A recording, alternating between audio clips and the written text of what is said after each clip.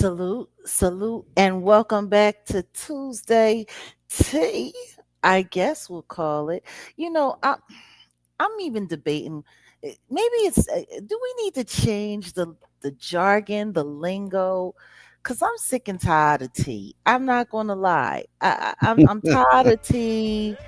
I'm tired of wine. I'm tired of all of that bullshit. Like I'm just tired of it.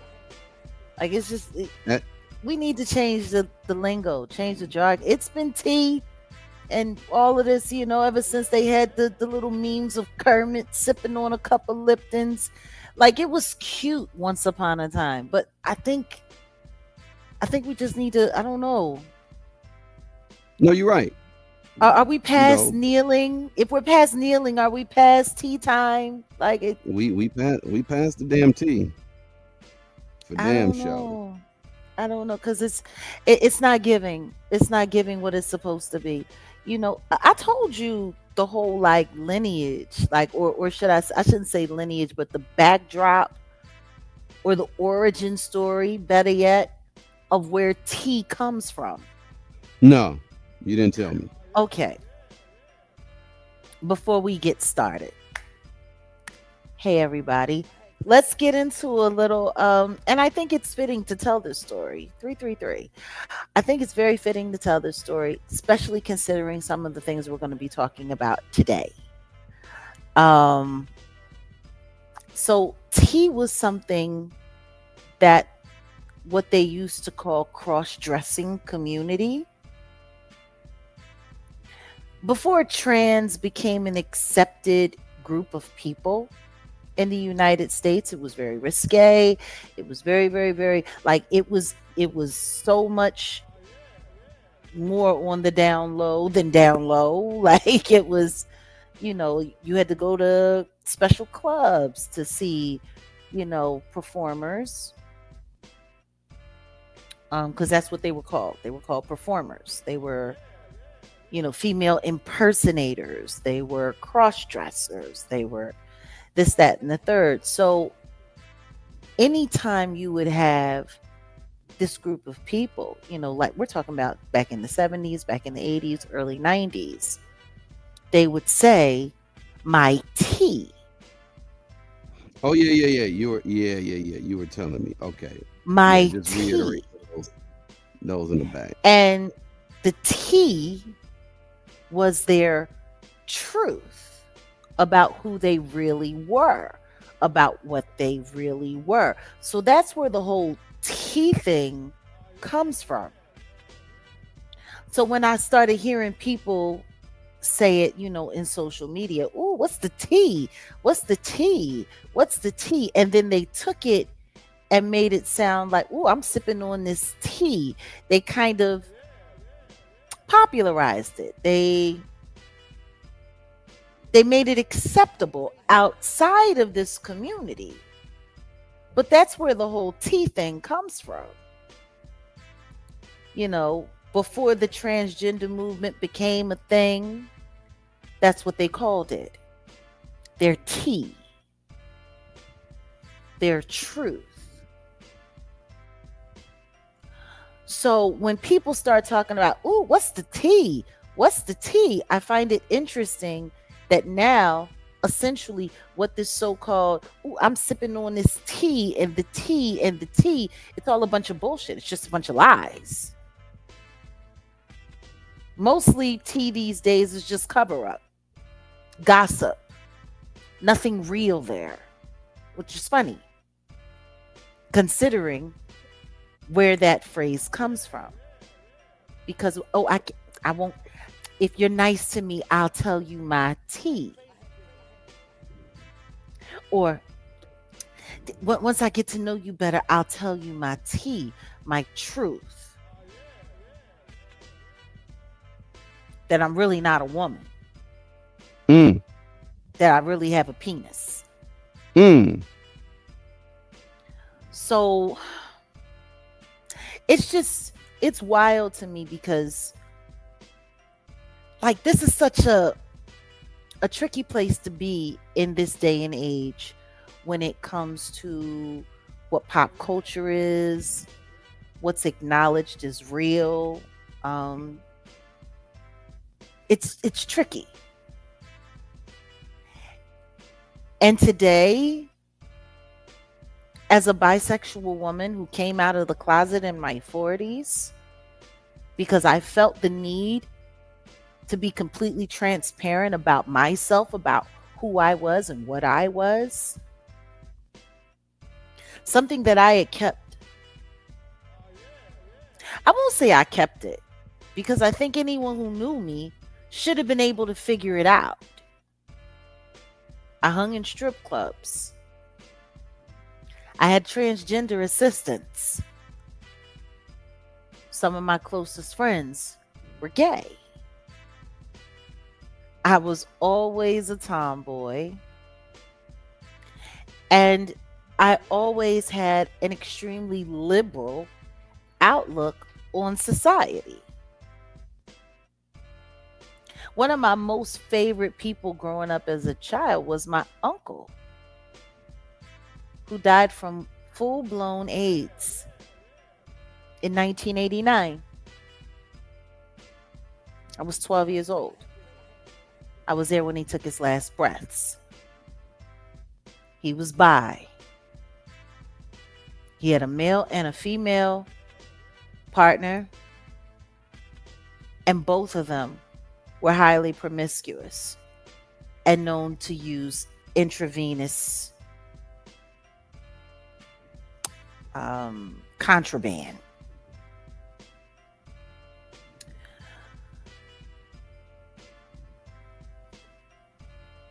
They all barely survived after exposure. 2 years. The woman went first, then my uncle went, and then his male partner went, I guess, about 2 years after him. So understand when it comes to the LGBTQIA plus community, which once upon a time was just considered alternative lifestyle before it became a rainbow, before like I'm not new to this. This is not going to be an easy conversation we're going to have today. Actually, it's probably going to be a little jarring for some, a little upsetting for others. But as a bisexual woman who also believes in the principle,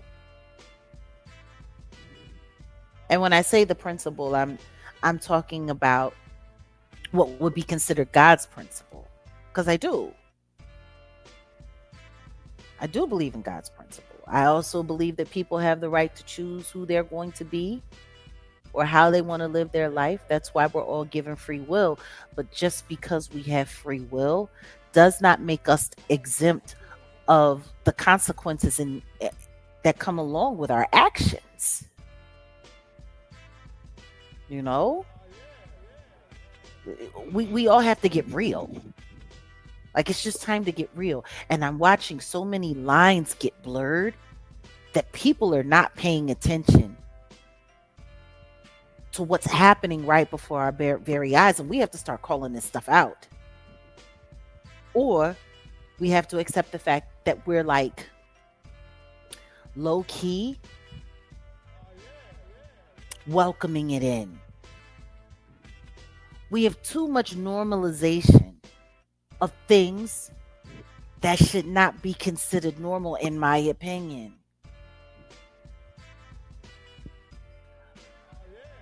Which is why I find it funny. And I guess that's why I wanted to start off talking about the origin of the word tea and where it really, really, really came from and what it was meant to be.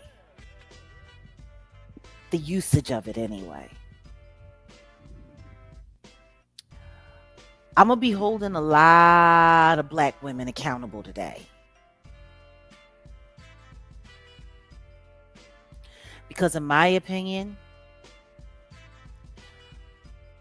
black women now, especially those who are engaged in pop culture, are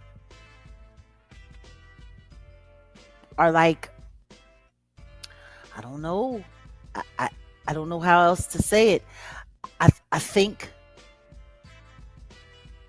it's gotten to the point now where we're kind of protecting G rumors. Hmm. I think it's gotten to the point where we're promoting and celebrating and, protecting G rumors and not calling them out. Thanks. I just think we need to get real because there's too much dangerous conversation that's happening that nobody's really talking about. And people really aren't as outraged as they should be. There are certain content creators here on this construct that have been operating very openly, very publicly. And the truth is, most of their audiences are Black women.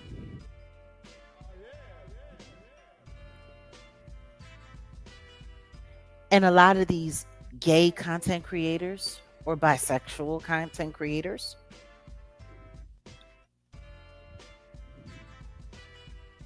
I mean, they're harmful. They spit harmful rhetoric. They push harmful ideas and promote them with an audience of women who not only encourage it, but parrot it, repeat it, and influence it. So, yeah, let's get to the tea. Well, let me do this before we get to the tea, Yeah. because you about to get. I know you about to get into something serious, but I think it's good to just get into the lighthearted stuff first, Sure. just to kind of warm it up.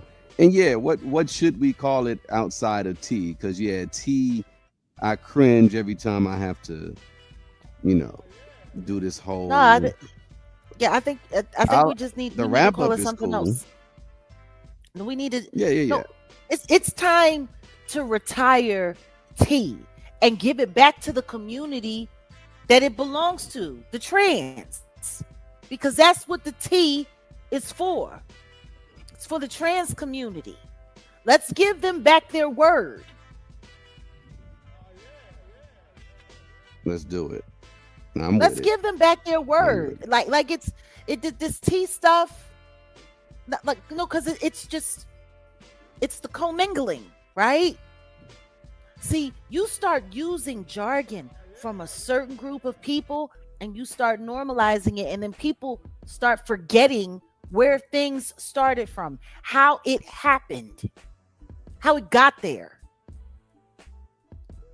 Like I was just a couple months ago, there were some people that were trying to engage with us, and I guess they thought that they was trying to read me or whatever the case may be. And I literally had to remind adult grown Black women in their 40s that you're not gay, or at least you're not a gay man. So why are you talking like one?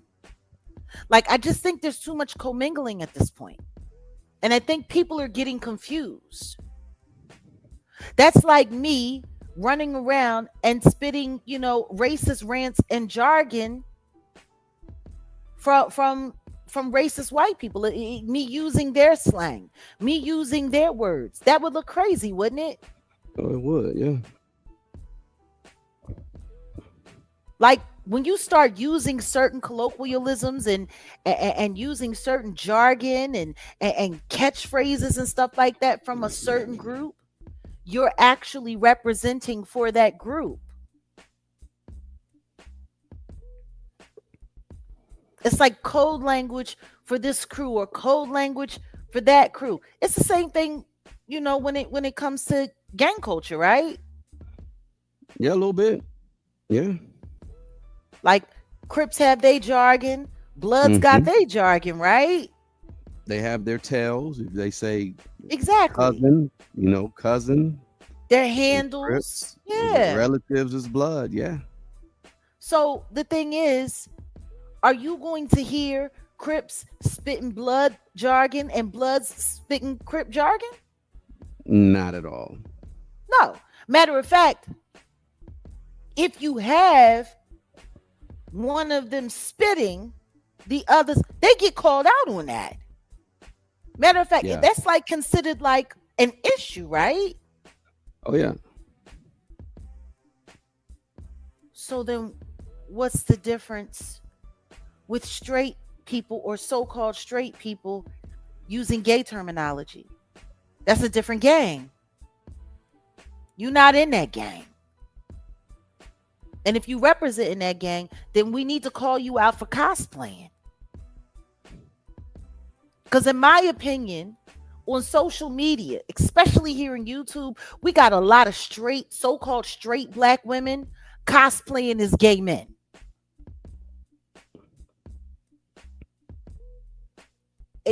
Or am I being too provocative? Not at all. It's just too much. And as a bisexual woman, I'm calling all of you so-called straight women out.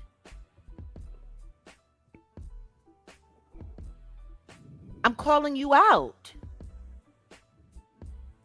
If you're running around talking like a gay man, because these communities, they're their own community. But see, what I've seen is that the culture is getting pushed over into certain communities, and it's being normalized and popularized, and now we have gay men running around talking about they feel sorry for PDFers. But before, go ahead, because you said we wanted to deal with lighter things. So let's deal with lighter things, and then we'll get into more heavy things. Because I'm a little angry. I'm a I little know. angry. And you're on a roll. So, you're actually, it would be good to just get off into that topic now. But in all honesty, take a breather. Take a I breather. am, because And I'm about to hurt some people's feelings, and I know I it. And I and really I don't care who's mad. and I'm not mad at you if you do. Okay, first off, a couple of And things real salute quick. to all of the members and salute to the moderators. I know we didn't do roll call today. Today ain't that day, but We will though. We will. I guess we will, right? we'll get there. Did you see this? A different world is It's coming back. coming back, isn't it? Yeah. Yeah, they're doing a reboot. Yeah. Um and the reason why I pull this up, because I don't know, I don't want to be I don't want to get I want to get your take, because Brandy is singing the new intro, the theme song. Mm-hmm. Who sung it before? I don't remember, but we can She's look it right up. there. She's right there on the screen. Look at her. Aretha Franklin sung it, right? Oh, well, no, she did. She didn't do the original. No, no, she did the one after, because the She did original, when Debbie when Debbie Allen started directing. She had Aretha come in and yeah, do that was the the that was the remake. best one. But I think Dawn and them, well, I don't know who did the first one, but yeah, But yeah, no, I mean, yeah, Aretha, she did the re, the re boot yeah. or the Don Lewis remix. did, yeah. I think Don Lewis did do the first one. Yeah, I Yeah, think that's it. But we got Brandy doing the new and improved rendition. Do you want to hear it? awesome. Sure, let's take a listen. I mean, and shout out to Brandy. Everybody were dogging her out online, which is stupid, but Well, let's shout out to hear it. her. Let's Let's hear definitely it. hear it. Let's hear it. All right, here we go. Different world than where you come from. Just in love. Go again, Tato.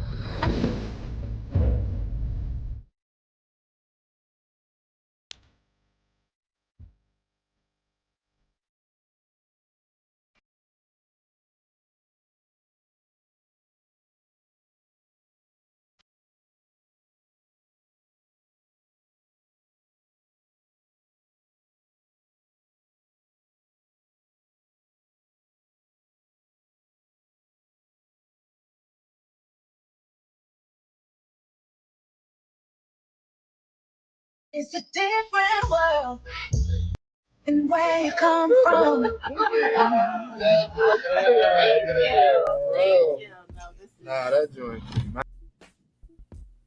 That joint is what? What did he say? I think the lady said that joint is out or fire. What she say? I forget. Hold on. Yeah. Um, I mean, I definitely get that they're trying to make it now, current and relevant to today, and I think that that's a predictable. I wouldn't have went that way. Mm-hmm. Mm-hmm. I wouldn't have went that way, just because of what a different world stood for, what it meant. Like it was honestly FBA. And it's funny because there's a lot of outrage around FBA, Well, but we can you get into know, that, but go ahead. um, a different world was a more FBA themed uh, program. It was Yeah. about foundational Black Americans. It was about culture, history, and fighting for the recognition and the upliftment of our identity, um, in the collegiate realms Mhm. of the United States or whatever. So yeah, I don't know. That sounds more like an intro for P Valley Ooh, than for is it because of the Hillman production? College. Is I it mean, because of the the production was cool. Honestly, I don't think it was all that hot. It yeah? sounds like everything else. Um, When did R&B yeah. started using a whole Mhm. bunch of like trap subs? Because I have no idea. we And were there was listening still a to lot some of auto stuff. tune on Brandy's voice, even with all those riffs. Yeah, I So it's mean, just, it sounds, yeah, like I see why people are clowning. Um, I get it. Yeah. All I can say is I hope that the direction, and I hope that the script, and I hope that the acting is a lot better than that intro. Because if that intro matches like what the actual content for the show is going to be, then I don't see it getting greenlit for a second season. Like it's not interesting. It's not. It's not interesting at all. well, they would the industry and well, I'm not gonna hate on Brandy. There was a lot of auto tune that I can hear, and There's a lot shame of on auto. the shame on the music supervisor and the producers for that. Like, let if see, I'm one of these people. If you can sing, get in there and sing. Jag don't need no auto tune. I know a lot of current artists need it, and it's like pull that away. Maybe use Melodyne. That's different. Okay, all right, That but Christopher Williams record, well, what see, was I it was gonna, called? Good I Enough? was gonna, Oh my I was gonna look. god. I was gonna get into that because that's where I wanted to go with this. Like R&B ain't R&B. It's like they're trying to like do this trap R&B, and I get it because I can listen to like I don't. no. Listen to where I'm coming from. I'm talking about how everything evolves. That's what I mean. Like I can get it, but I wouldn't all that sub stuff like using subs. And if y'all don't know what I'm talking about, usually R&B, rhythm and blues, bass line. You're using bass.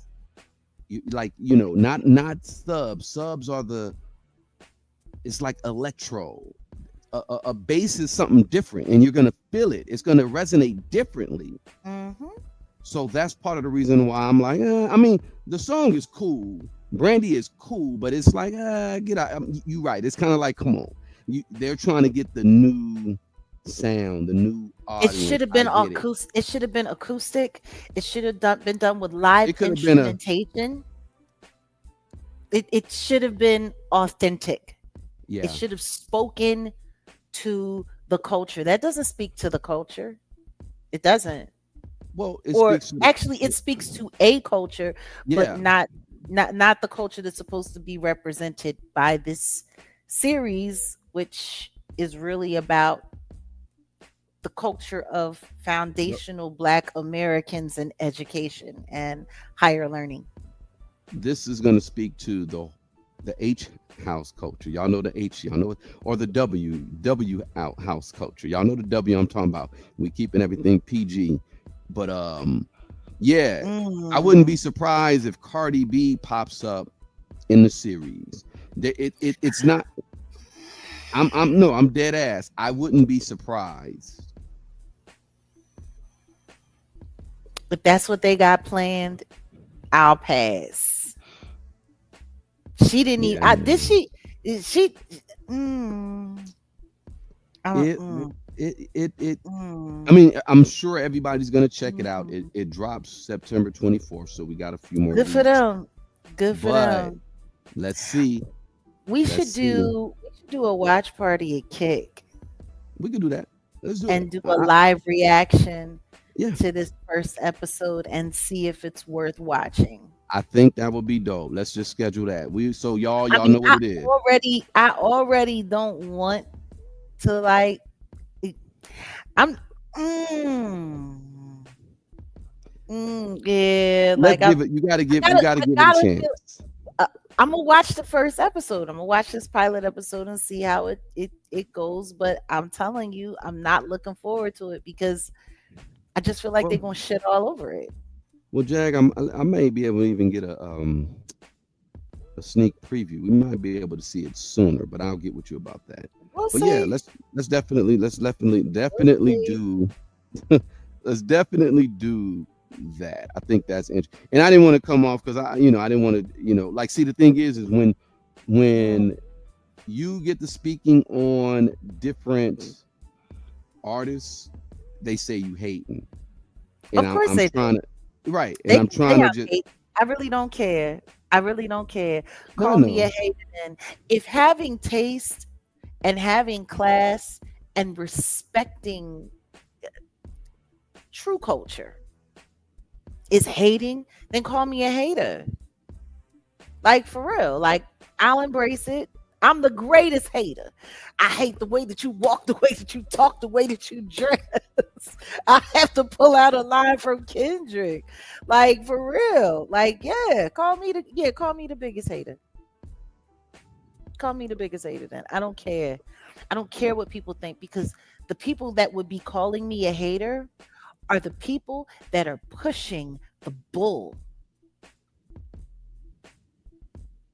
Anyone that calls me a hater has hateful intention. They're projecting. yeah, and It's you just you're as not a simple. you're not a hater. You are an observer and you are a critic, and there's nothing wrong with being critical of true music culture and true musicianship. You Ain't got a nothing wrong bunch with of that. people that sit online that have actually no background, no knowledge, no training, or any skin in the game, giving what they're calling professional critique of music and culture and Black society. If Yeah. they can do it, then I'm if y'all can accept what they got to say,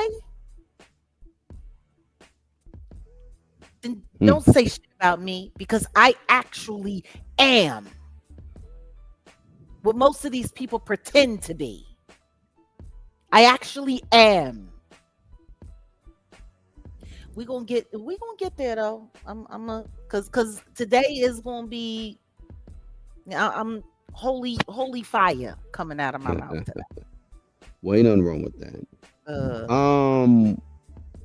I guess here's another one that I wanted to speak mm, on regarding music, and we mm, will probably get into that FBA conversation because I got some stuff I want to say too. Uh, R&B. Speaking of R&B, they said Joe and Donnell Jones will be doing a mhm. versus. That'll be a good one. That actually is a good one because To be That'll be a good honest, one.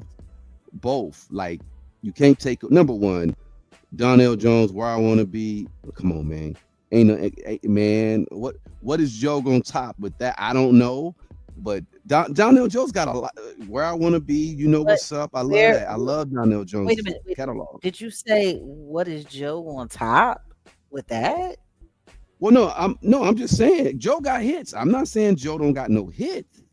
They're both excellent writers, but as far as chart hits, Joe wins all day. Ooh, you giving it to And Joe? Joe, well, see, this is the thing. I know his body of work. I know all of the songs that he wrote for other artists that weren't even his, like that he Now, didn't keep himself. Joe sold a lot of records. So I'm assuming he'll be able to use any of his works. Like Joe, Joe got records. no, I know Joe, Joe got but will records. Joe be able to put those records that he wrote for others into this I verses? don't see Yeah, why he shouldn't. I I don't see why mean, he well, you shouldn't be allowed to. I mean, I guess he can go with just his own personal catalog, but even with that, he's I don't know. I'm gonna and I love Donnell. I love Donnell, but Donnell doesn't have he doesn't have the catalog that Joe has. That I will no, say. well, we'll see, But because I mean, Donnell does have like he Donnell has got some really hits. great heartfelt records. And it's funny because you said where I want to be. And guess what? That is an amazing record. Name another one. And you know what's up with Left Eye? That was the shit.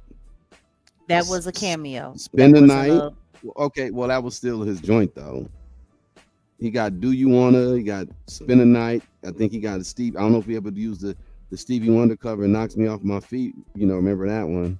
I mean, yeah, Uh, it's a cover record. I guess it would count. That's what I'm saying. Like, See, if we're Joe, gonna go I for don't who know. who got the best voice, I'm giving it to Donnell. I mean, Joe. I'm not taking none away from Joe. Donnell's voice is good. See, and this is the thing that I think we're all gonna love about this one. For those who watch, they're both monsters in their own right. But as somebody who was in the game, as somebody who was out there touring and working, and know their publishers, I know the labels that like all of that. Like I got a respect for Joe and Joe's voice. It's just very endearing. Very, but Donnell is Donnell, so this is a good one. This is a good one. Yeah, this is gonna be a good one. We'll see how I play You out want to with it. know what I would like to see? I would like to see this versus justify a tour There we go. with the two of Right. them. That would be nice. That would Yes. be good. That would be really good. And Joe actually brings his kids out on stage with him now and has his kids singing. I think it's pretty awesome. It's Nice. pretty awesome. Like yeah, don't get me wrong. Donnell is Donnell, but Joe Well, I should mean, nobody on Joe. I'm rooting for Donnell. We're gonna see how this play out. So I believe the All right, you verses. got Donnell, I got Joe. Well, let's put money on it. It takes place I'll next bet week. you, but it won't be money. We can It, figure something else out. yeah, I remember I bet it last time, and I still ain't got because I won. Don't even Goddamn. play. Don't even Anyway, play. Don't even um, play. the the the verses will. I guess they said August 20th, so next week. So yeah, we'll see how they go. Okay, We'll see how they go. we'll see. Um, Another one, and we can speak on this It's real actually brief because then, s- yeah, yeah, yeah, yeah. yeah. Kevin Hart, outside of the 72-hour movie, which we still didn't talk about, we could speak on it after this. But I guess there's a situation. It's actually kind of, well, I'm gonna say it's old news. It's still current. I didn't know this whole thing about the heartbeat lawsuit. So there's a judge that's handling this case. The judge Hmm. keeps Kevin Hart's heartbeat lawsuit against former podcast employees in court. So Kevin Hart, they say he lost his attempt to move the lawsuit against two former employees in a private arbitration, Yeah. leaving the case to the Los Angeles Superior Court. So the judge denied a motion to compel arbitration in its case against former podcast employees Eric Eddings and Leslie Guam. Yeah. I can see why he would want that quiet. They both signed agreements containing Hmm. arbitration provisions, but the court found they made a pervasive showing that the provisions were unconscionable and could Hmm. not be forced against them. So Mm.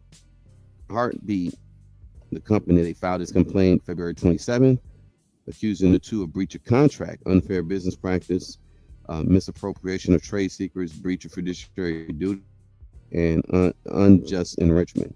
Court record shows Hmm. Eddings joined Heartbeat in 2022, while Guam was hired in April 2023.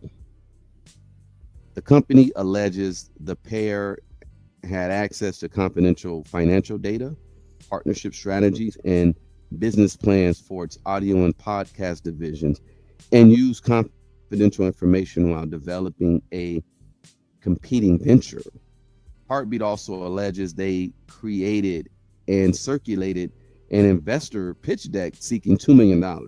The company said they both were fired at the end of January 2026 after it learned about the deck. The two, they have disputed the claims in earlier filings. They said their pitch deck relied on standard industry information and their experience before joining Heartbeat.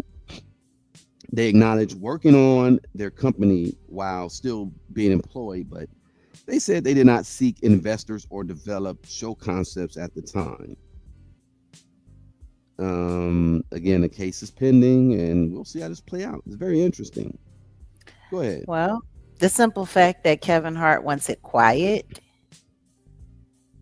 and wanted to snatch it out from the public eye to do all of this quietly already should let everybody know that there's going to be a lot of stuff that's going to come out in this case that will probably be embarrassing for him, Yeah, because this is Mr. I'll sue you, I'll sue you, I'll sue you. I'll take you to court, I'll take you to court, and I'll win publicly. He likes to do that. So why would he want this quiet?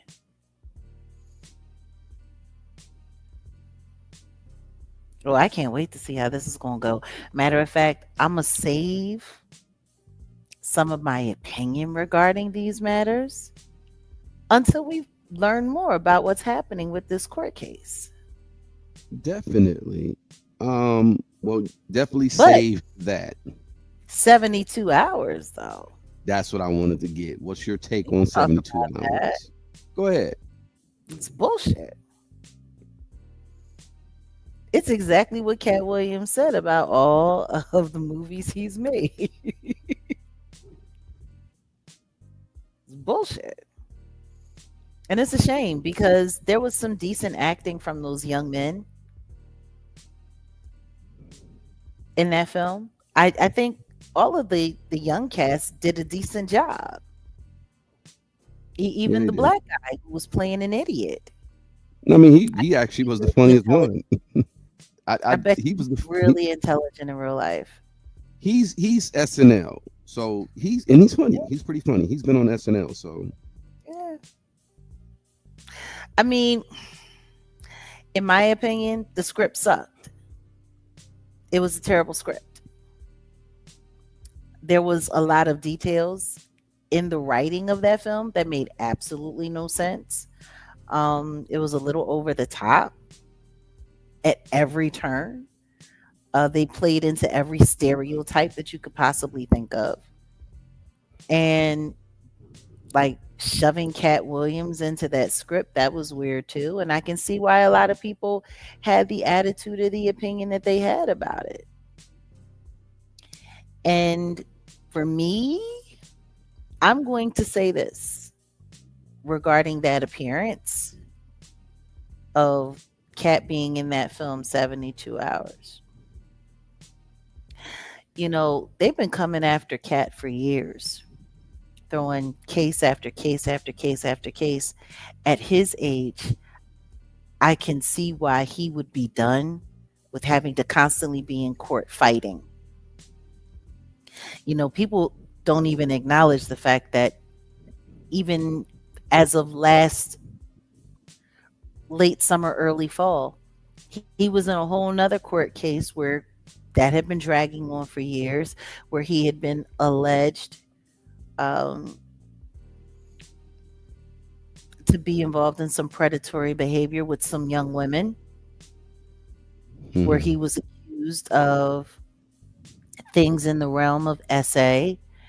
And he not only did he win the case,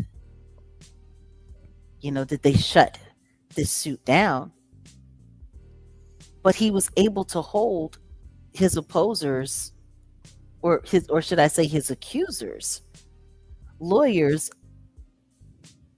liable and got sanctions because Mm. they used AI evidence Mm. against him.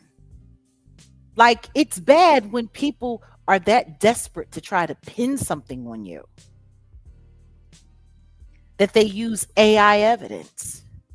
You want to know what? It's so funny because isn't that what happened with Trasha K in her Cardi B suit? Didn't her lawyer get ran down on, and part of the reason why he got hit with having to pay some of that fine back was because they were using AI evidence. They were using Chat GPT.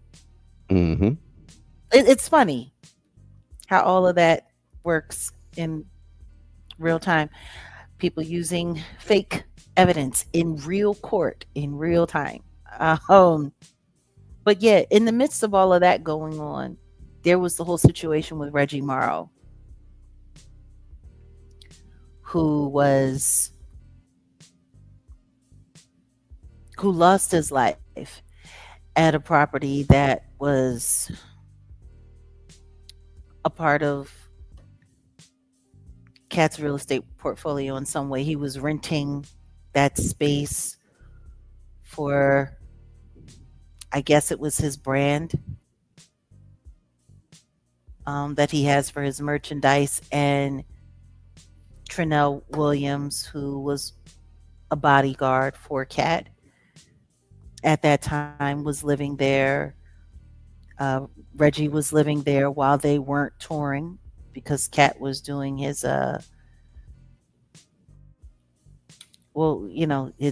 comedy tour.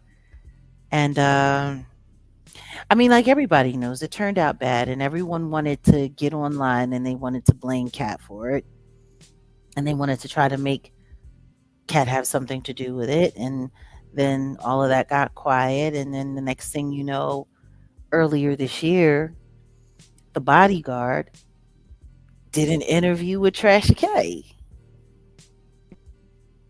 and started saying that he was going after Cat Williams and he was suing Cat Williams. And then the next thing you know, that got quiet. And then a little while after that, here comes the roast, which was awful on so many levels that he participated in. And there was this come to Jesus moment between these two arch nemesis. And then the next thing you know, he pops up in this film in a scene that looked like they had probably already finished shooting the movie and then just forced this scene in. It didn't make any sense. It was absolutely stupid. And it looked about as crazy as the images of Cat fighting with that 15-year-old kid that they put out to humiliate him all of those years ago. So it was a somewhat of a copy of the humiliation ritual. If Yeah, you that's really what it think looked about it. like. That's what it looked like to me. And I don't know. All I'm going to say is I think people should look at the timeline. There might be something more to that Reggie Murrow case and everything that happened with Trinell that brought this kumbaya moment Hmm. Hmm. between so-called Hmm. Shluminati and anti-Shluminati together as brothers in comedy in a film that's just a goddamn wreck and not really that funny. And I'm not saying it, I'm not hating on it. It's just it doesn't make any sense. What I will say is this: watch that film and then watch Harlem Nights, or watch that film and then watch Life. Watch that film. You know what I'm saying? Uh, Yeah, I know what you're saying. like watch 72 hours and then watch a real film from real comedians, real writers, real talent, and ask yourself what you think of it. If it makes sense to you. It looked like a low budget, busted out, broke down version of what they want to be the next pseudo hangover franchise, and it's whack. It's whack. It's whack and it's corny and it didn't make any sense. Um, I mean, not even his face being stung by the jellyfish and him walking around with the oversized head. Spoiler alert. Uh, Not even that was funny. Him and Andy Garcia, spoiler alert, wasn't even funny. It was like they just tried to take a bunch of outrageous stuff that they got from a bunch of different movies and cram it all in together. And that's just not funny.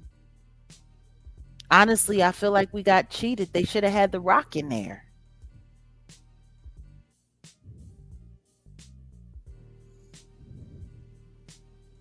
to clown his little baby who he wants him to suckle his nipple. Oh Lord. Like we should have had the whole shit show in there, and yeah. So yeah. I tell you what, I watched that 72 hours, and I wish I could get the 2 hours back of life that I wasted watching it. That's what I will say. So good luck on his lawsuit. You know what I mean? Hopefully, it won't turn out the way the end of his healthy fast food Um, business turned all out. that all that sodium that they were pumping anyway. Hey, like whatever, his healthy Chick-fil-A, I don't know. I I'm just still trying to figure out why people are buying into a lot of the things that we buy into, but I mean, I don't buy into it, but I'm just saying, society as a whole just it sucks. Like cuz if you think about that roast, it was like that roast was like low key lightweight promo for this movie. Oh yeah, of course, it makes sense. And that makes it 10 times worse because it's a shitty film.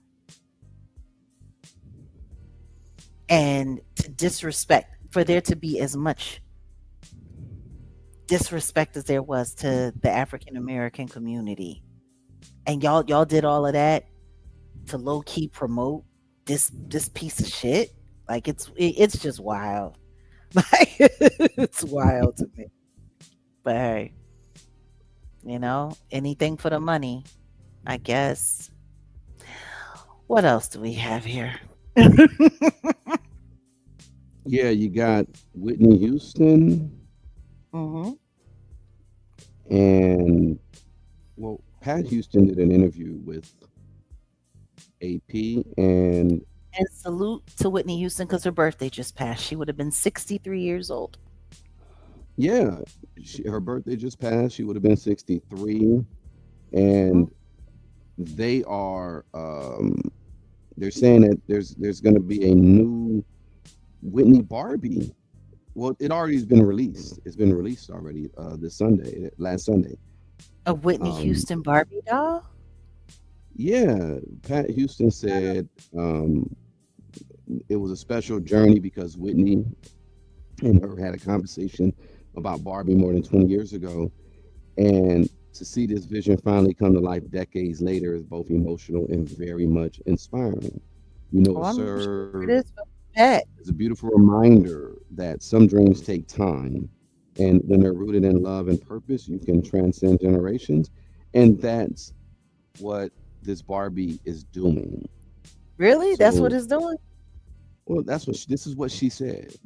It's Mattel. They worked hand in hand with I Mattel. wonder how much money the estate gets to claim off of Well, this doll. there we go. Well, Pat is the head of the Whitney Houston estate. Yeah. Yeah, she is. What a deal. What a Right. deal. It's funny you said estate because they asked her about Clive Davis and, and him dying in June, his legacy, and from what about Whitney's legacy and how did she view him? And Pat Houston said you can't mention Whitney Houston and not mention Clive Davis. And you can't mention Clive Davis without mentioning Whitney Houston. Every conversation that Clive has had in the music industry, he ultimately speaks about Whitney. He played a very, very important role in her life and it went beyond the music. They truly loved one another. He was a part of her and part of her Can you legacy. stop? Can you stop? Can you stop? I sure can. Because Pat is full of shit. And they did not truly love each other, especially not at the end. Whatever love that they had long since been lost. And it's really wild. It goes to show you the capitulation and the surrender that people give to these false narratives and these fake stories. Clive made Whitney's the last 10 years of her life a living hell. So the way he exploited her,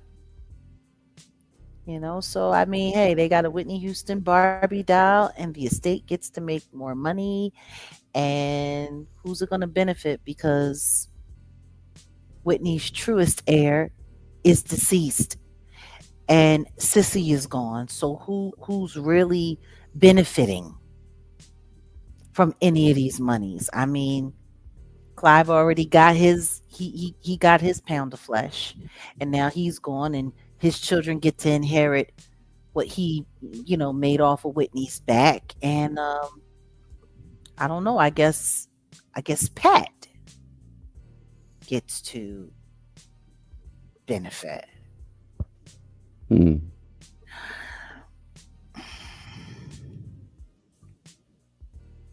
I mean, yay, a Whitney Houston Barbie doll. I don't. I mean, I guess it's cool. Well, Mattel, it just shows me, even in death, they're they gonna make as much money off of her. They gonna rob her blind. This is no different than than than Puffy doing a Biggie hologram oh God. to bolster his catalog to make more money. Like it's just yeah.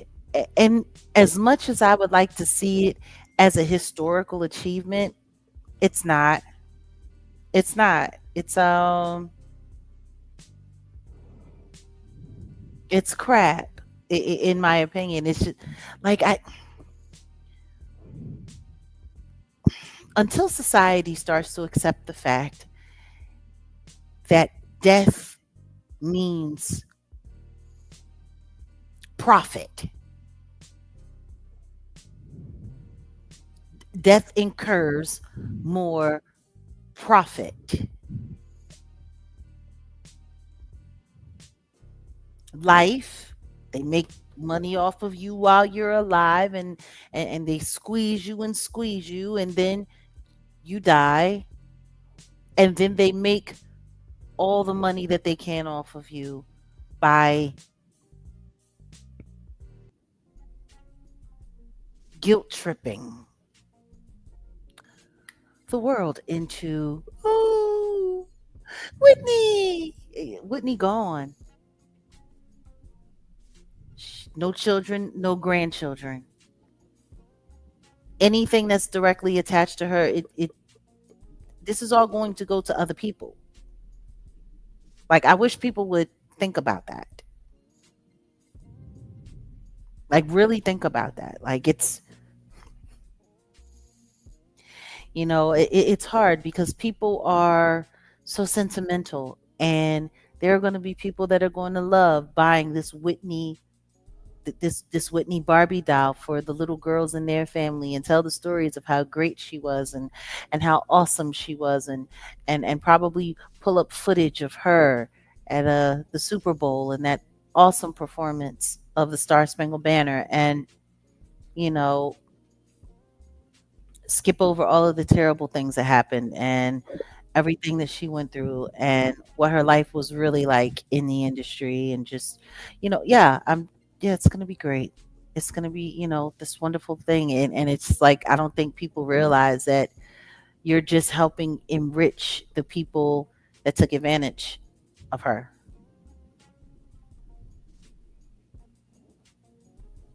So Yeah, hey, yeah, rock on.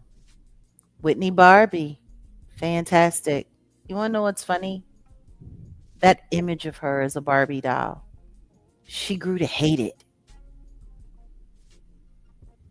Me thinking about a Whitney Barbie doll makes me instantly go back and think about that moment when she was at the Soul Train Awards and they booed her. Her own people booed her for being too pop, for being too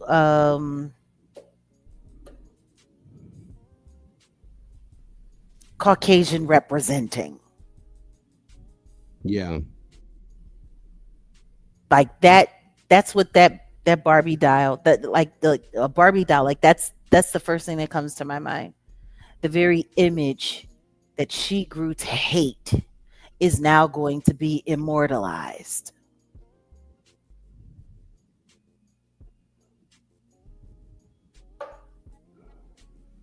So I yeah, I mean, congratulations to the estate. Can't say congratulations to Whitney. Congratulations to the estate. Mm, fantastic. And happy birthday, Nippy. I two hope you things. haunt all these people in their dreams and give them hell. Yeah, I hope so, and I hope she's kicking Clive Davis in his ass. Yeah. So, Jag, I can get into the breaking news, or I can just, get into this one little other story, and then we can get on with the how you want to Well, do it. Because before basically, before we move on, I just want to acknowledge the jewels and the gifts that we've been receiving so far. yes, I want to yes. say thank you, Alia. Appreciate the jewels. Geneva, thank you. Appreciate that. Up, Her and Kitty, appreciate you. Thank you so much. We got Honey. Thank you, Mhm. Doll. Thank you for that. Up, the one and only King. Appreciate you, love. Mayat coming through with the super chat. It was the first super chat of the day. Mhm. you, super couple. Thanks for motivating us in this teal version of Black Exodus. We appreciate you. That's what's up. And Mayat sent some jewels. Appreciate you. Honeybee again. Mayat sent some more jewels. Janae Lackey, appreciate you. Thank you so much. Mayat, listen to me, honey. Well, We I love coming you. with it. Love you, dear. We got much love and respect. Oh, thank you so much, Carla. Appreciate you. Mayat be dropping them jewels. Appreciate you, love. Thank you so Another much. one. Appreciate you. Alia, appreciate you as well. And Shannon, thank you. Thank you guys. Oh, we've been here for an hour, so I just wanted to Yeah, acknowledge that before we move forward. yeah. You got it warmed up, and I want to ask you all this, the audience. We got over 300 people in here, and And y'all hear this Mandita. song? Mandita Oh, just popped. Mandita, thank you, Mandita, thank you, and yeah, thank everyone for whatever you give, donation, jewels. We appreciate it. Appreciate Y'all it. hear this? Y'all hear this song in the backdrop, right? You know, this is her intro. You know, she comes in on this song. How many of y'all, if she dropped this song, let's just say tonight, would y'all download it? Put a one in the chat, because I'm telling Jag, she needs to really, she needs to give them something. And we don't have to give this to the traditional DSPs. We can give it directly to the people. I think this will be dope because the song is dope as hell. People love the beat. Everyone always complain. I'm not complains. They compliment like, "Oh, that beat is fire. It's whoop whoop." See, people will buy it. I'm telling you. So just be on the lookout because she already had a song. This song has been done. It's just, yeah, yeah. I told you, Jag. The people support. Trust me. Well, I appreciate it. I know a lot of people. Oh, Maria B, thank you. I know a lot of people. They don't know how to see me or how to take me anymore. I guess I don't know. Because I am an artist. Whether I'm putting out music or not, I am an artist. I have the background and the resume and the discography to prove it. Um, it's so funny. I went and I looked at my Wikipedia to see how it had been hacked and to look at all the lies that were on there. And in all honesty, I'm thinking about just, I don't know, maybe campaigning to have the whole thing shut down. Well, you know, you can actually have people because the trolls. Wikipedia is like anybody can edit it. So you got a Oh, bunch I of know. trolls who have A went in bunch of there and did trolls a whole that bunch of went yeah. and did a whole bunch of F stuff and acting a fool. And it's like, but it looks like even my discography was edited because I remember things that used to be on there that aren't on there anymore. So They're able to just it had me tripping because it made me start thinking about Kim Porter. okay. And right around the time that they were starting that whole hoopla about her book Yeah. to discredit whatever might have made it to the public, they took down her Wikipedia. Remember they went after Mm, so yeah. that it goes to show you how people operate um in these online spaces. And what I want people to realize is when people start attacking your history and when people start attacking record of your history, that's being done for a reason. Yeah. It's being done because they want to cover up facts or a truth to create or to support a new narrative that's different from reality. So it's, yeah, I don't know. And it's so funny because the truth is I didn't even know I had a Wikipedia. It was supporters of mine that told me about it. I never paid attention to this online stuff. I lived my life. I did my thing. I did my work. And it was funny because up until 4 years ago, it was pretty accurate because it was all done by people who have been watching me, following me, supporting me. Um, but I'm just looking, at how people are. Wait a minute, you have my Pandora station. I know, I have one of those, and it's it's just funny to me. It's super funny to me, but people be pressed to try to destroy somebody's character or rebuild it.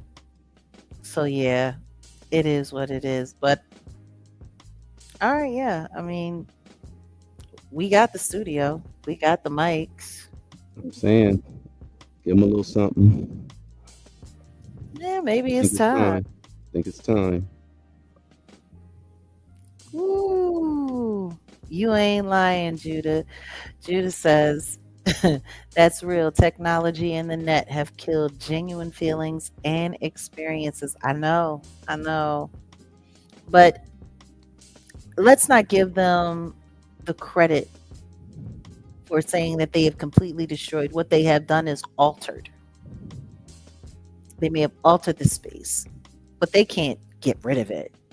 They can't make it go away. What's real for you is real for you. When I'm looking back now, in 3 years, it'll be 30 years since I made my national big splash as an independent or as a solo artist, even while I was working with the Roots. And, it's 30 years that went so fast. And then we were in the car and we were listening to, you know, a, and I guess a Gen X friendly soul radio station. And I'm just listening to music and listening to what it is and how it's being, I guess, curated now. And I'm like, ooh, some of it is favorable. And I'm not going to say a bunch of names, but I was listening to some people who I came up with and listening to their new records. And I was just thinking to myself, like, how am I really feeling about this? Like, how do I really like it? And it got me to thinking, like, if I were to put something together now, like, how would people receive me? And then it really just got me to thinking about myself as an artist. Like, what else do I have to give? And I think the answer for me is a lot. Like, I've been through a lot in these past 8 years of my life. So what I got to give. And it's just like, I'm an orator, I'm a commentator now for the most part. I'm a content creator.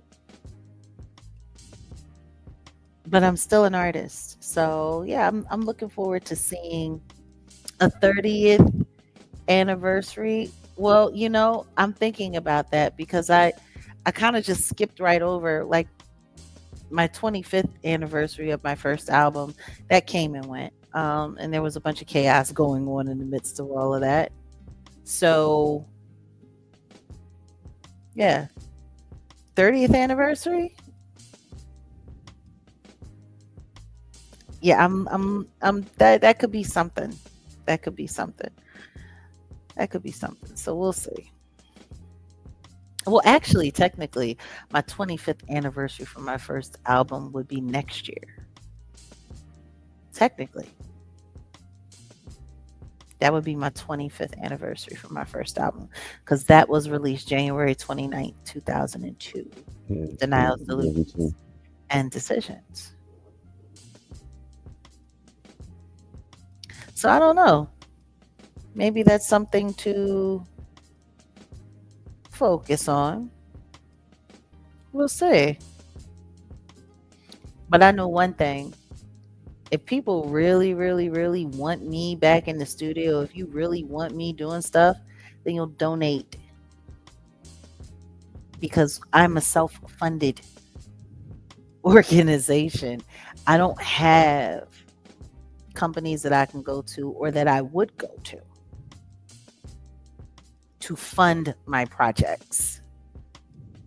It has to be crowdsourced, it has to be crowdfunded. So donate to cruelty free artistry. That's what I will say. I don't know. Maybe we need to come up with a new campaign. Maybe we need to come up with a new campaign. Maybe we need to figure out how to work that out because me releasing a project without releasing any visuals is kind of crazy, especially now. No, of Like course. this stuff No, I costs wouldn't. money. I wouldn't It all say. I wouldn't say just do the song. Of course, yeah. Do a visual, all that shit. Yeah, we're gonna do it all. Yeah. well, I'm not singing anything right now. This is a commentary day. Come on, people talking about can you sing something right now? What I can do is I can play you something before we close out today. I can go in here and I can hmm play a record that we have in our archives of me. That I can do. And for those of you who would really like to hear that, super chat it up, cash app it up. Like, don't be afraid to support. Don't be. There's so many people, you know what I'm saying? Like, that people support who absolutely have no talent. None at all. Sit on here and lie all day and act a fool all day and sound a mess all day. Like, yeah, no, we please support. I promise you, it helps. So anyway, back to you would buy without a video. Okay, okay, all right, okay, sounds good to me. Who knows? Maybe if we sell enough, that'll be enough money to go into production to do a video. I don't know. We have to figure it out. But all right, let's get back to why we're here. Is Did there you want to? anything else Well, it's on up the to you. If docket you want, before we move forward? you, it's up to you if you want to. Because I got some breaking news, and then I got just one little story that'll tie into the whole tether of it all. Remember, we were talking about that. Hmm. So whichever one you want to go with. Well, what's Um, this breaking news that you want to talk about? Jonathan Hay just sent me this. Oh, Jonathan. The NYPD legendary hip hop cop Derek Parker, who investigated rap's biggest stars and murder, dead at 65. Yeah, he died a little bit ago. It's been a few days. I remember I first heard about it. It was I on didn't know eight. what we were talking about. That I thought he. Well, it's funny that this whole thing with Puffy's or Keefy D's case I know. is going on, and then so when did he pass? Because I could have swore. I heard about this last week. Oh wow. Oh, you're right. This happened late July. You're right. You're right. Yeah, like I heard about it like a bit ago. Like this isn't new news. Well, Um, for those of you guys who don't know, this was a guy who was known as the hip hop cop in New York. He was the detective, I believe, that was working the Club New York um, incident that injured Natanya Rubin. He was also known as the guy who was allegedly, kind of like working on behalf of Puffy, slipping him phones while he was in lockup the night that they were arrested for that. Yeah, this is the guy. do you think? Natanya actually told a couple of stories about what she remembered of him, especially around the time of the trial. Do you think So, that this mhm. will affect, or well, we don't know if he would have been, what's the word, a witness on the KPD trial? But do you think that I don't think so. you don't think this will affect this trial? I don't think it'll affect the trial at all. I don't think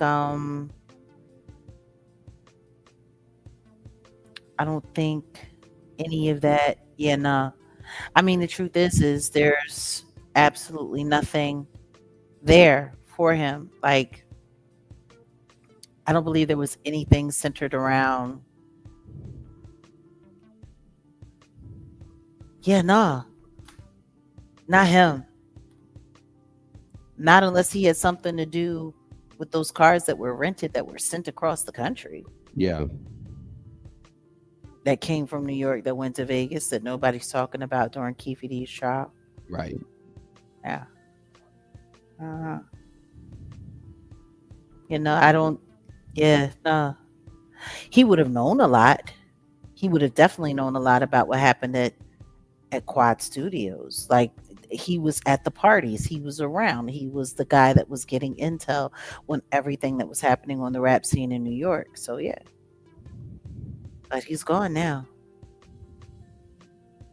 So Yeah, thanks for reminding me because I thought this was, I was like, oh, and I was just looking it up like, I think this is, yeah, this is really nothing. It's, I ain't gonna say it was nothing. well, no, I'm I mean, looking at, he's a significant, figure in the rap scene, yeah, especially from the late 80s into the 90s and all the way up until he was just, I guess private security or whatever the case may be. I'm not sure. I mean, like, he didn't go the route that Gene Deal went. no, He didn't go full on media because the truth is, his stories, he could have told some stories, but then again, he probably wouldn't have told the truth. oh no, In my opinion, he was a fixer, and the only thing that he could have done was so propaganda to turn people away from what was actually going on. You know,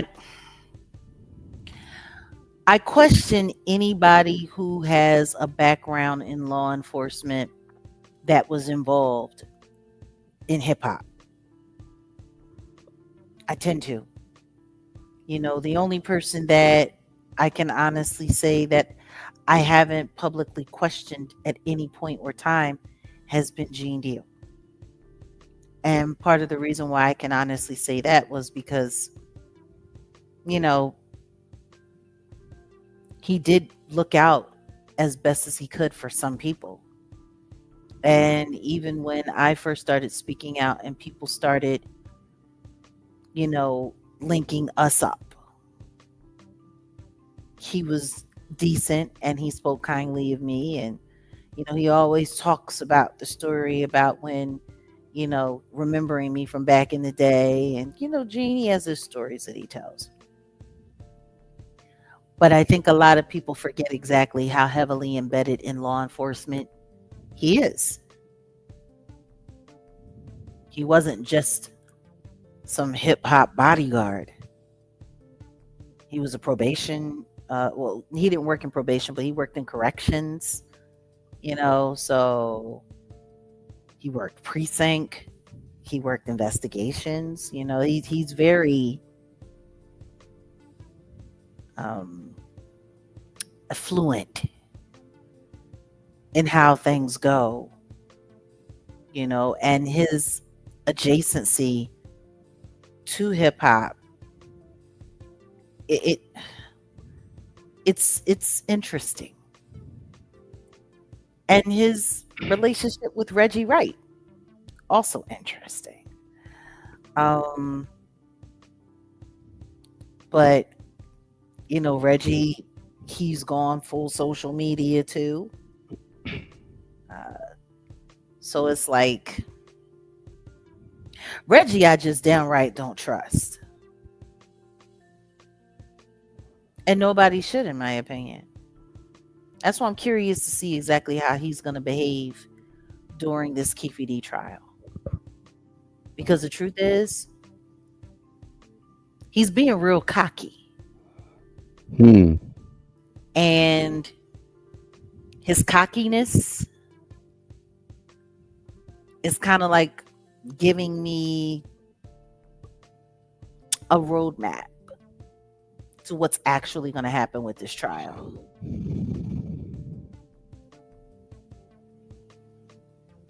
Because law enforcement should be shaking in their boots about this trial.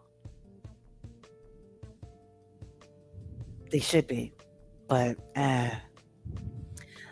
so yeah. Um Actually, someone is talking about Jags Bread 2. Jags Bread 2 is no longer a Cash App to be associated with me. My Cash App is right there, Cruelty Free Artistry. One Y. That is for it goes straight to our nonprofit to help um, raise funds as we build our organization. And our projects are funded by anything that comes through this nonprofit. So yeah, yeah. Yeah, I think we're gonna start working on some stuff. I had reached out to some people that might have some ties to the D4DV, like personally. These are artists, and I think it might be dope to do some type of something surrounding that because we're getting Yeah. into the investigative journalism side as well, and Mm-hmm. that intersects with that and music because D4DV was a musician. But yeah, we'll see. We'll get into it. Definitely at dollar sign cruelty free artistry is where you want to donate. Now, Yes. Archangel Michael had something very interesting to say. He said, "Salute to our moderators, Archangel Michael and Auntie Leah, been in the building." He says, "Unless they're retired, police have an excellent way to distance themselves from blame." That is true, and even in their retirement to a certain extent. the thing So what's is here? a lot of cops are. Well, we'll get into that. Mhm. I'll get into that on the kick or the Patreon. Also, don't forget Jaguar Wright, kick.com/Jaguar Wright. We're doing a Mhm. lot more music stuff over there as well.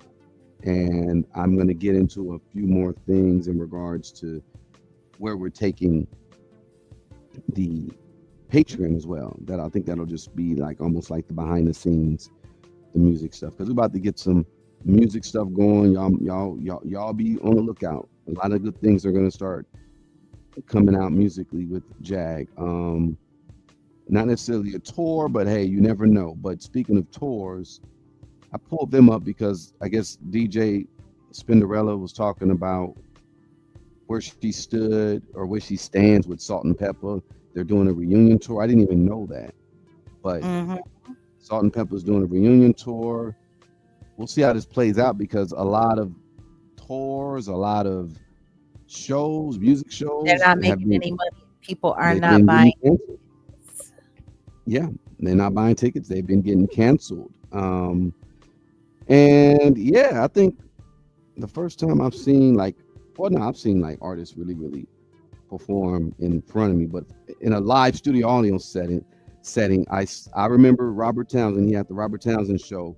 My brother Mhm. performed on there, and that same night, Salt and Pepper they did Shoop and all that other Mhm. stuff at the time. And I'm not. I'm gonna keep my reservation of what I thought of that performance, but nonetheless, Well, um, anyway, what's the news? this is Spinderella saying, I guess it's a sisterhood. And I remember they were like kind of cutting her out of the whole Salt and Pepper You know I tour know Didi. reunion. Or I know you know, yeah. That's why I wanted to get you. You talking about Pepper, right? Sandra No, Denton. Oh, you talking about Salt? No. Spinderella. That's her name, Dee Dee? Yeah. Yeah. I thought her name was Cheryl. Oh no, Salt is Salt's Cheryl. name is Cheryl. I'm tripping. They received. Well, I thought they were getting like a Walk of Fame. I don't know. They did It's a get a whole star on the Hollywood Walk of yeah. Fame. And Yeah, Spinderella like I wasn't even think like right. included. Hmm. Well, they were trying to keep her out, but they actually included her. It was a nasty fight. I think that's messed up, man. Spinderella was like, of course, What? salt and pepper, So but you can we can't. get to what you wanted to talk about? Well, I didn't. I just brought them up just because it's good that they are back on good terms. Because I thought it was crazy that you know I'm like, wait, what? They're going on tour, but they're on good They terms. I have a heard, business arrangement that is working out better for them because the fans came forward and was like, "Y'all can't be treating her like crap." I was there. I watched what they did before I left Dallas, seeing how they were treating her, and I minded my business to a certain extent because I didn't want to bring any heat to the situation, and they were heavily negotiating.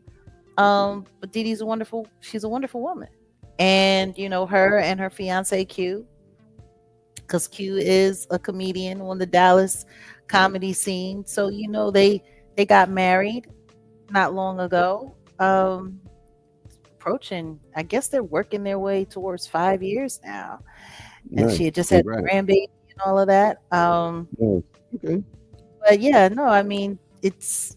I'm hoping that they show her appreciation because she's a good girl. She also has ties to Philadelphia, strong ties to Philadelphia. She has a lot of family there. Nice. So yeah, like Dee Dee she's really wonderful. And I thought you were gonna tell me something new. That's why I'm like, what are you talking about? That was a long time ago. Yeah, like they made their way around whatever Okay.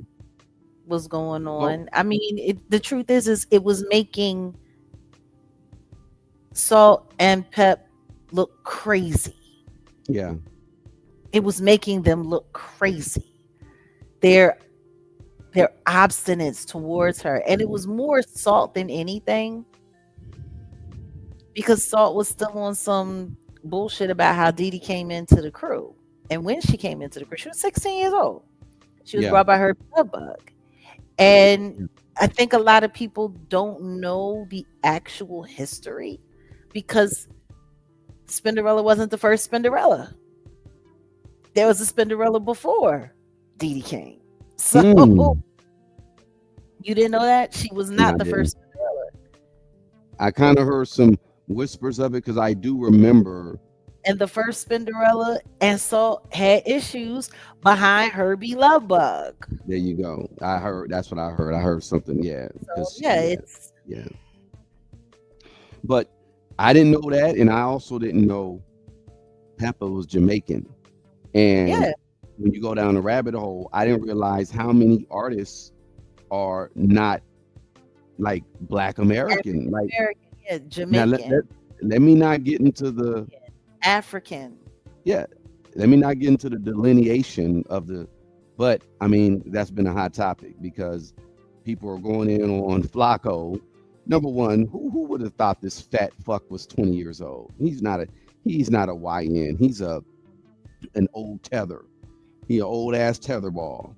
Them old tether balls that you used to hit, and they had all that fur and shit. Well, Like, I thought it was interesting that he's so quick to claim North Dakota, but not quick to tell people that he actually grew up right outside of Philadelphia city line, yeah, Darby.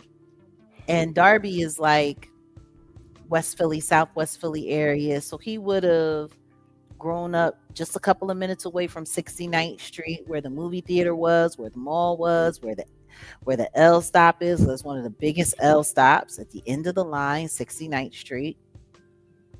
The Tower Theater is there. You would think that someone who grew up in Philadelphia would speak more about it, but he keeps talking about this whole North Dakota thing, which he didn't get there until after he had graduated high school. So yeah, like people who tend to hide who they are and where they come from, they tend to do it for a reason. And I just want to say, if there's anybody from Philadelphia who knows Frederick Jalla, please reach out to me. I'd love to talk to you. I want to know more about who he was before he made it to where he made it to, before he made Yeah, it all the way to the internet. yeah. There's talks of his family being was Well, yeah, I dad saw a owned. video. I Yeah, saw a video from his alleged cousin who showed ID that said Jala on it. I'm assuming that Jala is a pretty common or could be a common Liberian name. But some of the stuff that he was saying does make sense because Africans in the Philadelphia area, they all like live same neighborhoods within yeah. doors, within blocks of each other. Like they all group up in certain areas because they're not going to be able to just. Philly is weird like that. Philly is a very cliquish town. But it So makes sense. No, it makes sense. Even in like L.A., you got yeah, Africans because there's a group of Africans that are in Hawthorne, and yeah, they will go to Dot Moy to get their food. And if you don't know where Dot Moy is, it's basically like a Vietnamese place, but they have a bunch, like they have African restaurants across the street. They have little African stores. You when you move to the United States, you're not moving here. Most people are not moving here and they're just all on their own and they're just going to be able to assimilate. They don't go to Kroger's or Sprouts because they have different culture, they have they different build food. they build their communities. Yeah, And usually it'll be two or three families that show up, and then their relatives start showing up and their relatives start showing up and they start. I mean, but Asians did the same thing, yeah, Koreatowns yeah, and yeah. stuff like that. So yeah, like it's a huge, huge Asian community, Korean, Vietnamese in Southwest Philadelphia, and they all owned stores, and they all had Exactly, Chinese food stores and exactly. stuff like that. So they They do get the same thing there in Chester, PA. Exactly. So it's yeah, like, they get their weight up. They'll one. It won't be just two families in two separate houses. Sometimes it's four families in one house. They save their money. They get the next house. they get That's the next how house. Hmm. that's how Temple City. When you talk about Asians, Temple Hmm. City wasn't. I mean, if you've been in the area, you've been like Arcadia, like in that area, right? Temple City wasn't like it was pretty much white, and then all of a sudden, overnight, it became Asian because they did exactly that. It would be a few Asian families buying houses, and then they just brought over and Well, they it do it happened like smart. overnight. They do it smart. Yeah, it's called group They economic. piggyback, and they piggyback each other, and they Yeah, build up and they build up and they piggyback each other. And it's so funny because if black families had decided to do that in the 80s in the hood, like four families decide to leave the projects, get a large scale home, share their home together, create a business, build up the money, be able to get some of that tax relief as business owners, and then boom, start next one, buy a house. And that's how you buy up neighborhoods. That's how yeah, you create real leverage where you live, in the city that you live in, the area that you live in. That's how you get that kind of leverage to be able to make politicians pay attention to your community, things of that nature. But no, we don't do that. So it's just it's really interesting. Like even Indians, they'll move yeah. into a suburb, they'll be six families deep in a four-bedroom home with a basement. Yep. And People will be going to college, going to medical school, going to law school, having a little store, shipping things in from back home, selling things. And then somebody becomes a doctor. They finally make it. And then they get a larger house. They might get a mansion. And now, you take those half of those families and they move into the mansion, and then the rest of the people stay there in that large house, and they bring more people from overseas. Like, everybody does this except for us. And I think it's because of just the cutoff nature that we have with one another. And I have to attribute a lot of that to slavery. Well, don't contribute it to slavery. You got to also look at, you can contribute to slavery. I'm just saying, look at the bigger scheme of things. Someone was just talking about um, Tulsa, Oklahoma, the Tulsa riots. The reason Hmm. why the Gap Band made that song, "You Dropped a Bomb on Me," they were not talking about a relationship. They were talking about the relationship that the United States had on Now, who told Black you that? Americans. No, no, no, hold on. Let me finish. Okay. Because I'm gonna give you some game real quick. Charlie Wilson, the Gap Band stands for what? Greenwood, Archer, and Pine. That's the area in Tulsa, Oklahoma, correct? Okay. And that song, I always love that song. Just reminds me of my brother. It reminds me of a lot of just good times, right? And getting older, I forget who I may have heard it from some of the OGs who do music. I may have heard it from back in the day, the Tariq Nasheed times. May have heard it from Siddiqui. I don't remember exactly, but I remember hearing at least a piece of that information. The Gap Band grew up Tulsa, Oklahoma, and they Hmm. were they were creating that song "You Dropped the Bomb on Me" because that was the first time during the Tulsa riots when the U.S. dropped a bomb on a civilian. They dropped it on the residents of Tulsa, Oklahoma. You got to look that up. No, listen to me. For those who don't know, that is a real occurrence. That actually did happen. And a lot of people, I think, they tend to forget the history that every time a black community started to find real prosperity and do well, these things would happen. Yeah, they Know, even did it. They see. That's why I they did say it a lot. They did it a lot in the South. it's a Anytime, systematic it's a go ahead. systematic thing because you were saying slavery and you're like putting it all on that, and I said no, it's a systematic thing where Well, I'm not that's just putting one it all example. on slavery. No, I'm no, okay, talking we didn't about put it all on the slavery. effects You were talking of about the slavery. effects of I slavery, really but didn't get a chance to explain what I was saying, but go ahead. well, go ahead and explain what you're No, saying I'm past it now. You, because you, you, where you are is where we need to be. We'll leave it at that. no, it's a whole lot of other contributing factors. I would have went to Tulsa first I before hear what you're slavery. That's saying. just me. And Before then Tulsa, before Tulsa, no, no, no, I there got you. was. Listen, I got you. Even freaking integration.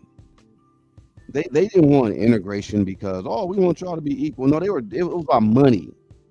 We were doing so well circulating our own dollars within our own Yeah, community. The whole integration thing was a trick. I was about to just go there with the whole thing because yeah, but see, I was talking about mindset. I wasn't just talking about the socio-economical side. I was talking about the psychological side, and all of that started in slavery, teaching us not to trust one another, teaching us not to build together, dividing and conquering. There was a disconnect in our people, and even those of us who work with our people, like those who left slavery and bought their towns, built their towns, did all of that. There was usually one person in the community that created some kind of ripple effect that allowed them to come in and do what they did. Like, there's We have serious psychological things that we need to deal with as a people. And all of it started in slavery. And that's my point. Gotcha. It's not just about the economics. We can talk about economics all day long. If we really had it together, tell me something. When these things happened, why didn't our people come right back together and say, we're going to build it all over again? We're going to And build that it better. We're going to build it smarter. We gave up. and that's what I was gonna get into as far as There's a the giving up factor that happens in our people. And that is the psychological damage and the trauma from slavery, in my opinion. I got you. I'll disagree on the giving up factor because we do have people who you can't just like you just mentioned about like them not being able to erase your history, them being able to truly erase your Wikipedia or whatever. You cannot erase Segregation, in and my opinion, was giving up. How about that? you can't erase ancestral memory. How about that? That's where I was going No, with it. I hear So our you. people, our people still are communal and are still our people understand what time it is and will get together and do what they need to do. It happens and it's not on bigger scales, but it does happen to where group economics is a thing and our people figure it out. You know what I'm saying in regards to, If our you people know, had our shit together, we would have gate kept the fuck out of hip hop. well I'm glad you said that because you realize a lot of these people are not even black Americans. Like I could go back to the Slick Ricks and the Moni Loves. They were British. They were not British Jamaican. they're British Jamaicans. They were not Americans, but they were the like, oh, okay, we'll give them a pass. But now when you look at hip hop, you're right. We should have gate kept it like we should have, but we don't we technically didn't own it. We have the influence and we create it, but we didn't own it. It's still a Jewish ran, CIA ran operation. Take for instance, I'm looking It at was all these definitely artists. co-opted. Cardi B being Dominican and what is she, Trinidadian or something, right? Yeah. Hmm. I didn't know Foxy Brown was Haitian. Chinese Trinidadian, and it says Douglas. What is a Douglas? Well, I heard Douglas from Trinidad, so but maybe it's She's part so she's Haitian as Haitian. well. Okay, yeah, Haitian, Chinese, Trinidadian. Interesting. Um, of course, Kodak Black being a Haitian, Nicki Minaj being Trinidadian, YFN Lucci is Jamaican, Shabuzi is Nigerian, The Weeknd he's Ethiopian, Canadian Ethiopian. What was it? Bia, she's Puerto Rican and Italian. Uh, Tinashe is she's not black. I thought she was black, but she's not. Sauce Walker is freaking Honduran. Uh, Hmm. Vince Mensa. Remember the guy? He was just you know Hmm. uh, running around here dressing up like a woman, or they had pictures of him. He's Yeah. Ghanaian and he's biracial. Um, Doja Cat, South African. Uh, Jenna's Nigerian. Wale is Nigerian. French Montana, Moroccan. Yep. And Max B, Haitian. Uh, Jason Derulo is Haitian. I didn't know this. Yeah. I knew Tiger was like Jamaican and Vietnamese. Hmm. OT Genesis, I knew he's a Griffin of Belizean. Shine is Belizean. Joey Badass is St. Lucian and Jamaican. Busta Rhymes, Jamaican. Chameleonaire, Nigerian.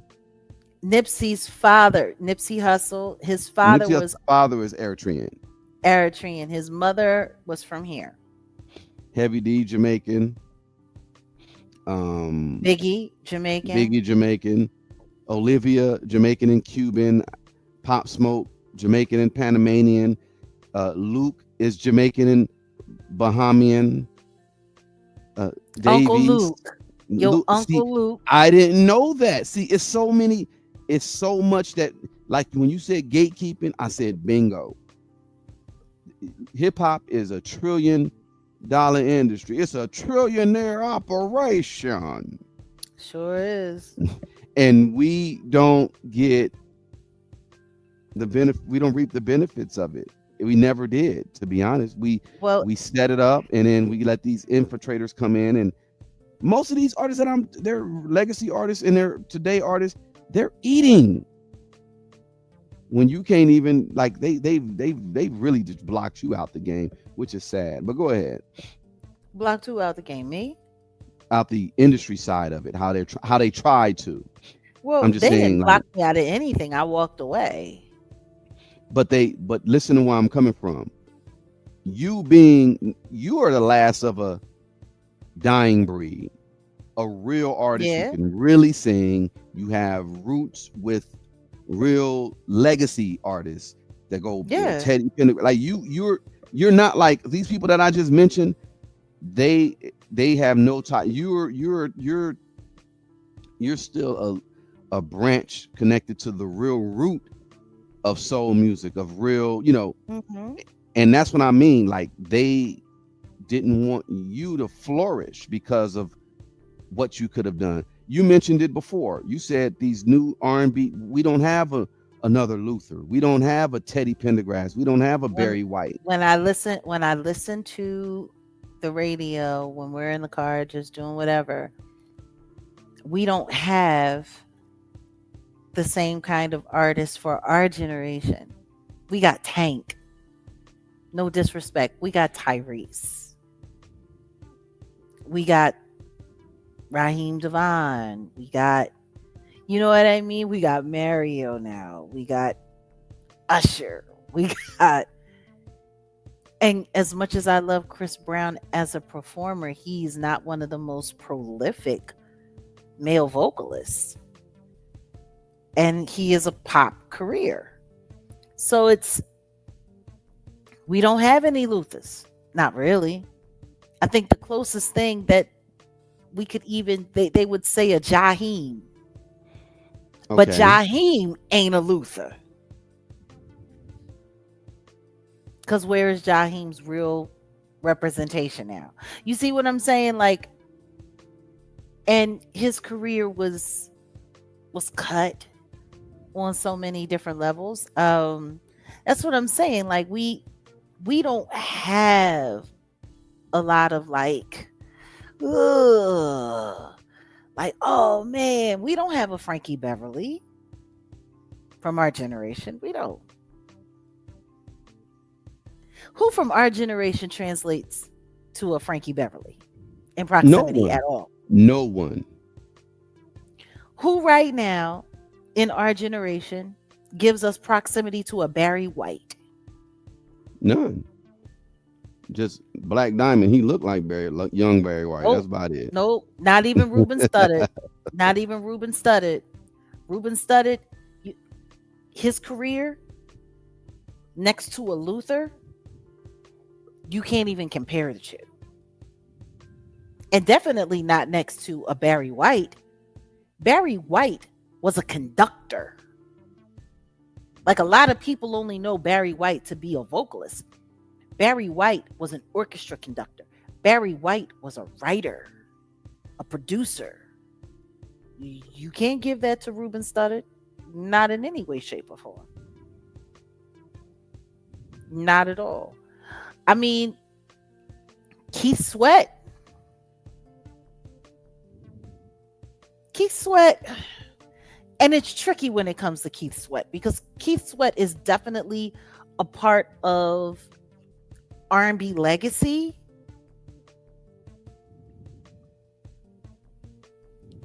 but I like could I compare Keith Sweat to a Bobby Womack?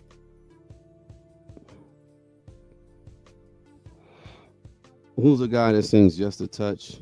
Just a touch. From Cool and the Gang, right?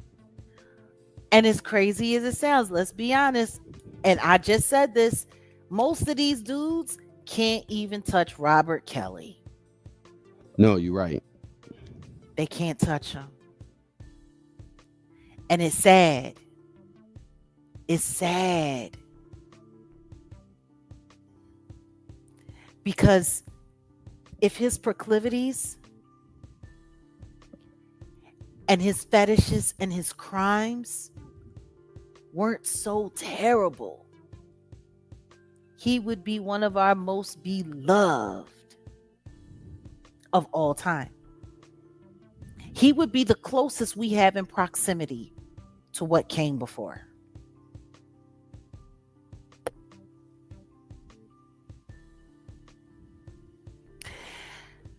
Ugh.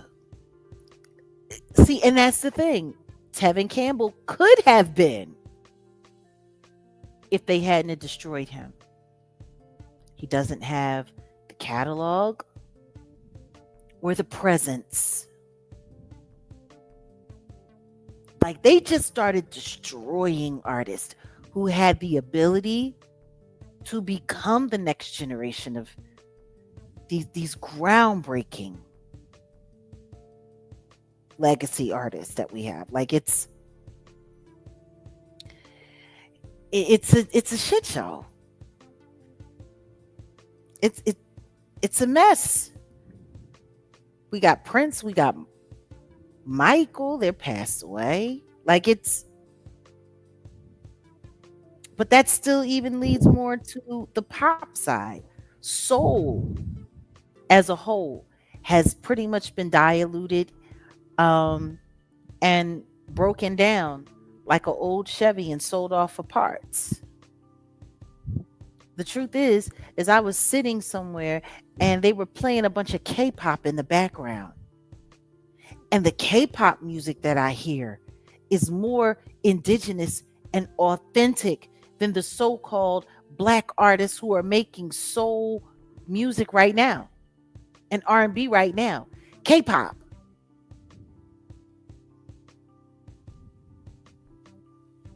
They took us and they sold it off.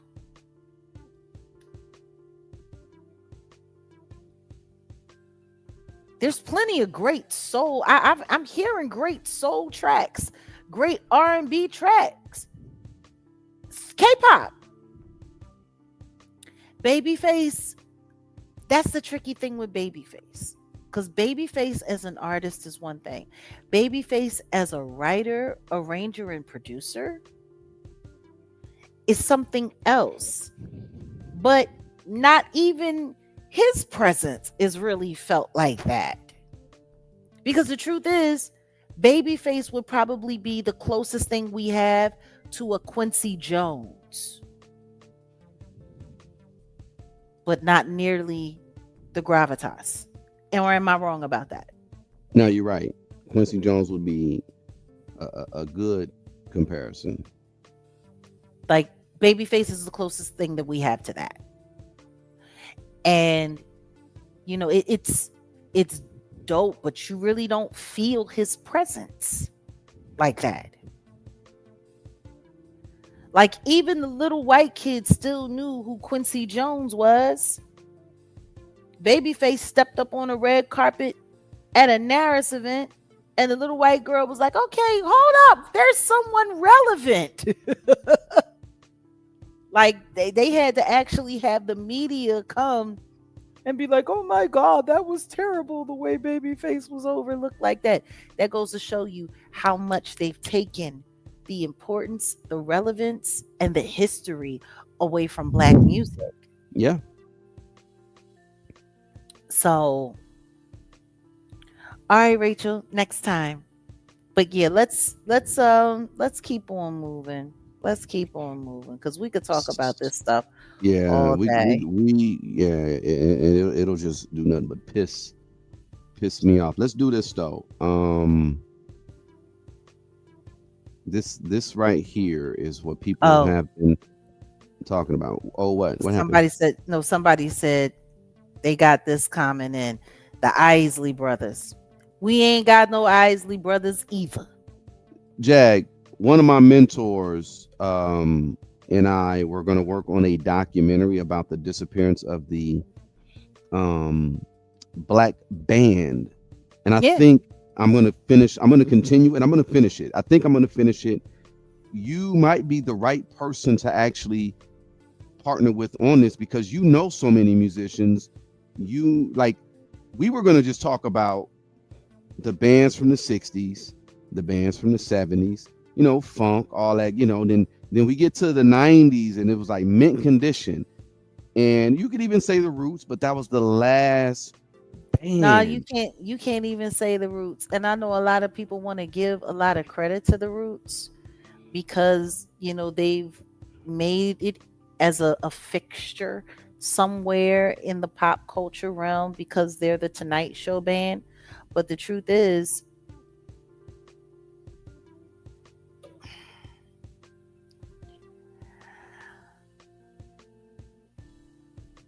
can't put them in it. It's to a certain extent you can, and then to a certain extent you can't. Like I can't put them in the same. And I was a part.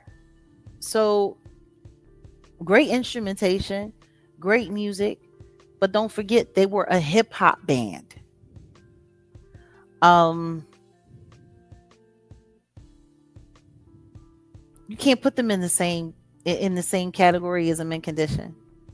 No, You no, no, can't you put can't. them in Hell the no. same category, like No, not at I was all. being nice. No, I Okay. literally was being nice because um he never mentioned the Roots. In fact, we were talking about the internet the other day, right? And Yeah. you and I were talking about it. When I first got that CD, I brought it to him and he was like, I don't like this shit. Now, mind you, this guy is a music guy. Like I learned so much from music on him. I'm just glad he was in my life to teach me about just the separation between the frequency of the bass. He was a And also scientist. salute to the elements, Yeah, he was a Earth, Wind, and scientist. Fire, We talked about them to Parliament and Funkadelic, so he James Brown. but Like, he jeez, used to man. he helped manage James Brown. That's what I'm like this dude was a G, a straight G. Yeah, well, listen And to me. We got to cut this short. We got to move on because we will keep talking about this. we'll keep talking about it, but I do want to just get this. I think that documentary project will be dope. Anyway, I'm sorry. Go ahead. No, it would be. And salute to BL the Bag Lady. Welcome, welcome to Jag Nation. No, so wait a minute. We already have a comment from our girl Veronica over there, just kicking it, just kicking it, just kicking it. Yeah, over there in Kickland. And don't forget, we are over there on kick.com/Jaguar Wright. Going to be a lot more exclusive meetings and gatherings happening over there soon. So stay tuned to that. But Veronica says, naturally born to be attracted to the PYTs or the AKA young tenders. As you get older and older and older is crazy work. PDF, indeed. Indeed. They're called maps, and I think we'll start the conversation with that. This is very disturbing. Maps, minor attracted person. What Funky Dineva recently said. And we have to be careful because Yeah, saying the MINORS yeah, can, so yeah. yeah. Okay, so let's just say it like this. What Funky Dineva recently said about people who have a natural attraction To the to what's the tenders. new word? The To the tenders. Yeah, to the To the tenders. tenders. Or the PYTs. Whether The we call it the PYT or call it the young tender, y'all know what we saying. Yeah, because we're not gonna say certain terms because yeah. Now he also says what he believes people can be born with the same attraction, the same way people can be born that other side, the alternative side, alternative lifestyle. MAP, y'all. I'm not gonna repeat it, but y'all that's Do we have a Whoever clip? had it, Do we have a clip? did you send it? Well, Because I no, don't. not for this. I can. Well, go ahead. I can find it. Go I ahead. sent you clips for other things. I don't know because do you have those? Yeah, I do. Hmm. Okay. No, because there was actually there was another channel that covered it. Tough News. He covered it. So I don't know if you want to share Mm-mm. that under fair We're use. not. We're not playing his stuff. Sorry. Okay. Well, So apparently I'll find it. this I'll clip was find on it. TikTok as well. But Okay. I'll find it. there was a clip of Funky Dineva. He had on his channel decided to share his sympathy for people who are attracted to the young tenders. And mm, I know a lot of people are pissed off, and I know a lot of people are outraged. And in my opinion, there are not enough people that are pissed off, and there are not enough people that are outraged because what he said was absolutely insane. And what I thought was really crazy was he said, I'm not talking about people who have actually engaged and have actually, committed crimes, by taking the feelings beyond feelings and acted out on them. He said, I'm just talking about the people who it's in their minds, the burden that they feel. He said it was ugh.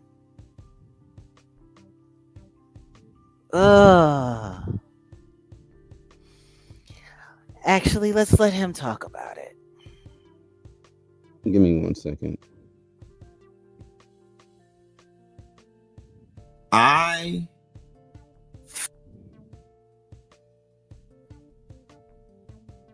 Hmm.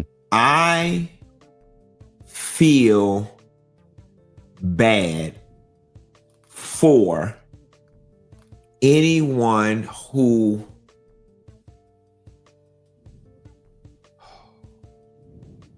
wakes up one day and discovers that they have a sexual attraction to children. Listen to me carefully, and I'm not talking about people who have acted on it. I am not talking about people who have acted on it or harmed children. Listen carefully. I feel bad for someone who woke up one day and without any choice of their own had for them what was a natural attraction to children.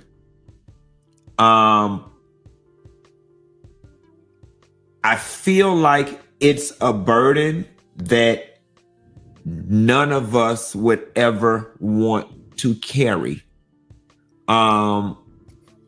And I always say I'm very fascinated by the human brain. And I am.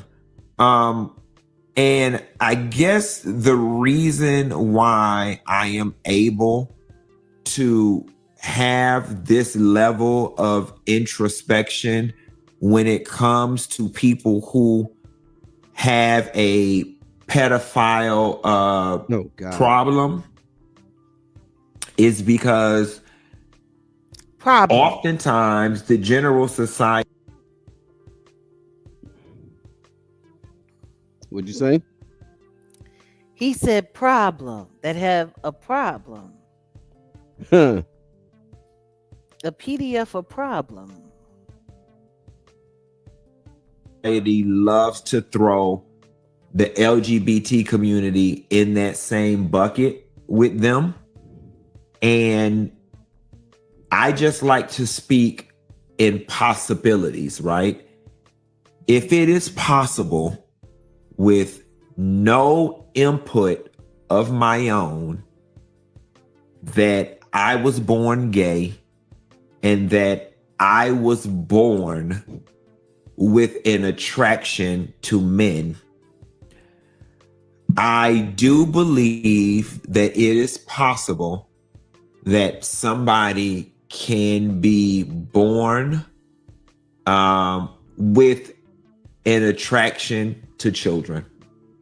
I do. And again, I'm not attempting to excuse it, and I'm not trying to make it right or anything. I just do. And it would have to suck to one day wake up and be like, I'm attracted to 11-year-olds.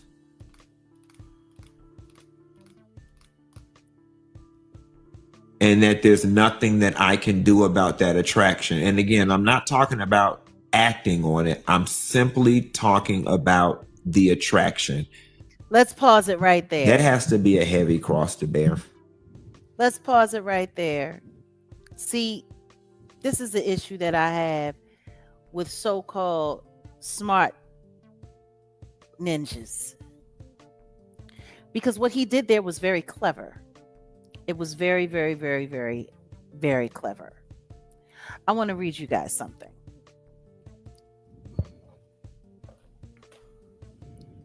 Okay?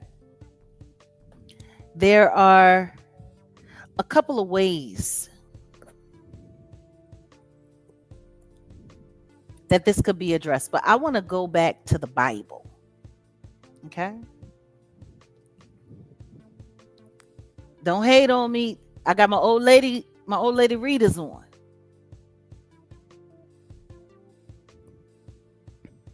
The Bible treats internal thoughts and external physical actions as deeply connected, often viewing the intent of the heart as morally equivalent to the physical act itself. Yeshua and the apostles taught that sin originates in the mind and desires before it ever becomes a physical reality.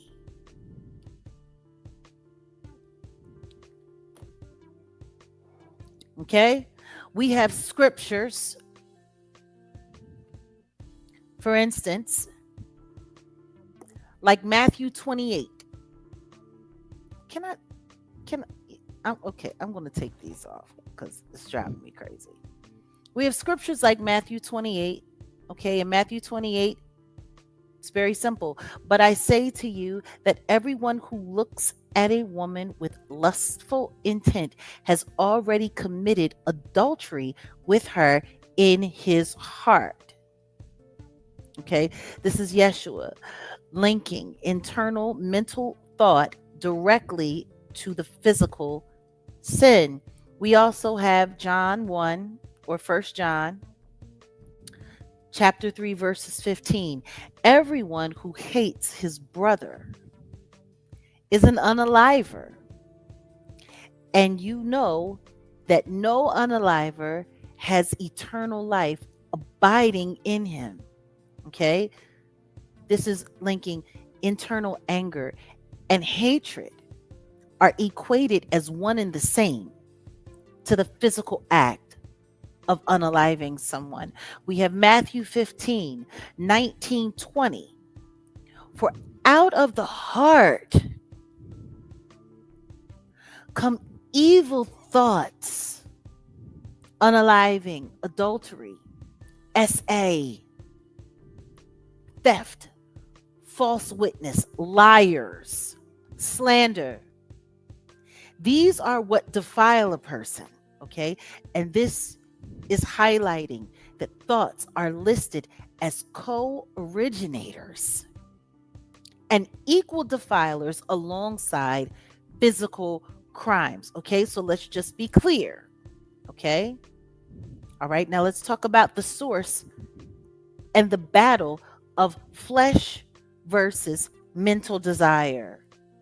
James chapter 1, 14 through 15.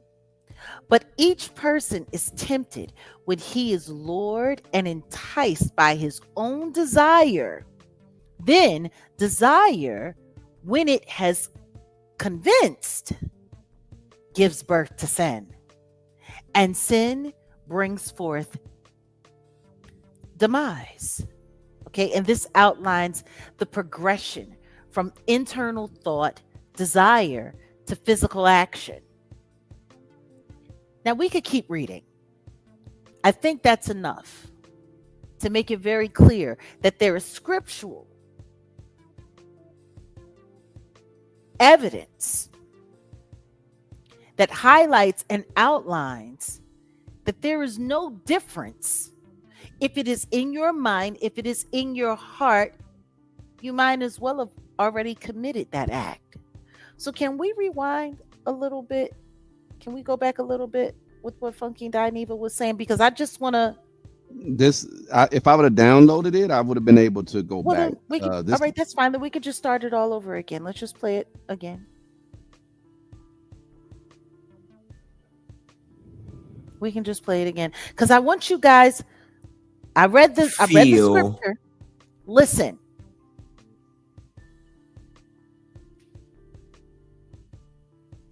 I feel bad for anyone who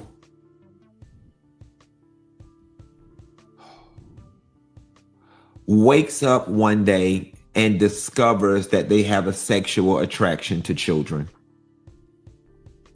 Listen to me carefully, and I'm not talking about people who have acted on it. I am not talking about people who have acted on it or harmed children. Can we listen pause? carefully? I feel bad. Do you hear what he just did? I'm not talking about people who have acted on it. I'm not talking about people who have hurt the young tender. It doesn't matter. As taught to us by one of the greatest teachers, actually, by the greatest teacher, an interpreter of God's wants and desires for humanity and the law, God's law. What you are saying, Quentin, is absolute bogus. There is no difference. Now, if you want to argue with God's word that was taught and came out of Yeshua's mouth, feel free and do that. But the only kind of person that would do something like that is a pure deviant and demon themselves. I want y'all to just look and listen to how carefully he's making excuses for demonic behavior. Let's go. For someone who woke up one day and without any choice of their own, had for them what was a natural attraction to children. I feel like it's a burden that none of us would ever want to carry. And I always say I'm very fascinated by the human brain. Fascinating. And I am.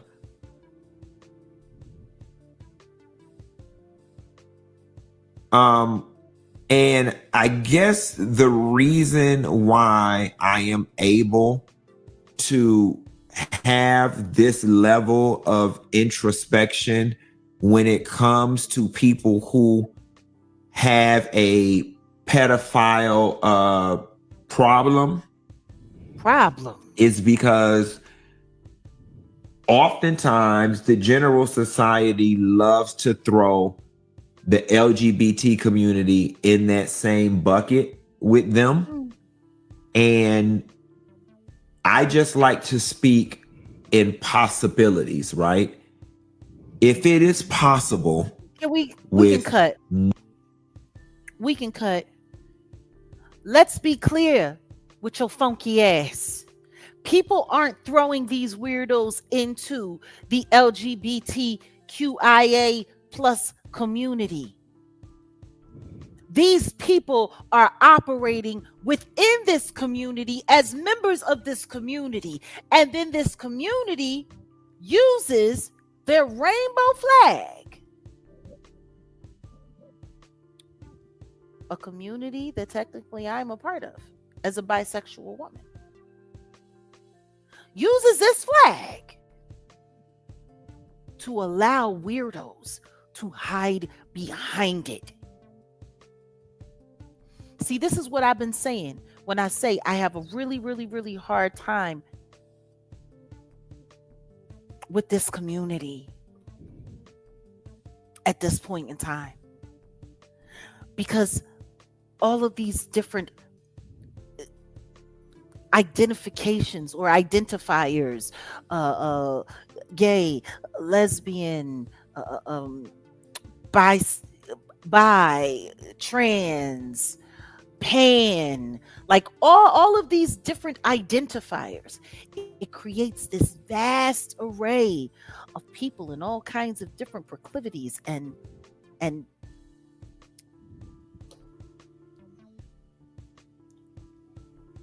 I don't care where we look, there is a weirdo popping out behind each one of these identities. We got David out here about to face trial for doing what he did to an underage tender. And we see how Celeste Rivas Hernandez ended up. Let's not forget, there's this like viral picture of David Burke with a t-shirt on that says, what is it? Is it or something like, it's gay, I'm in.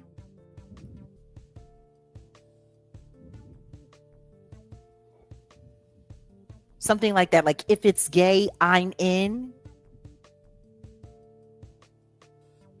There's all kinds of suspicion that he was having relations with his Asian best friend Neo, but no one's certain about that.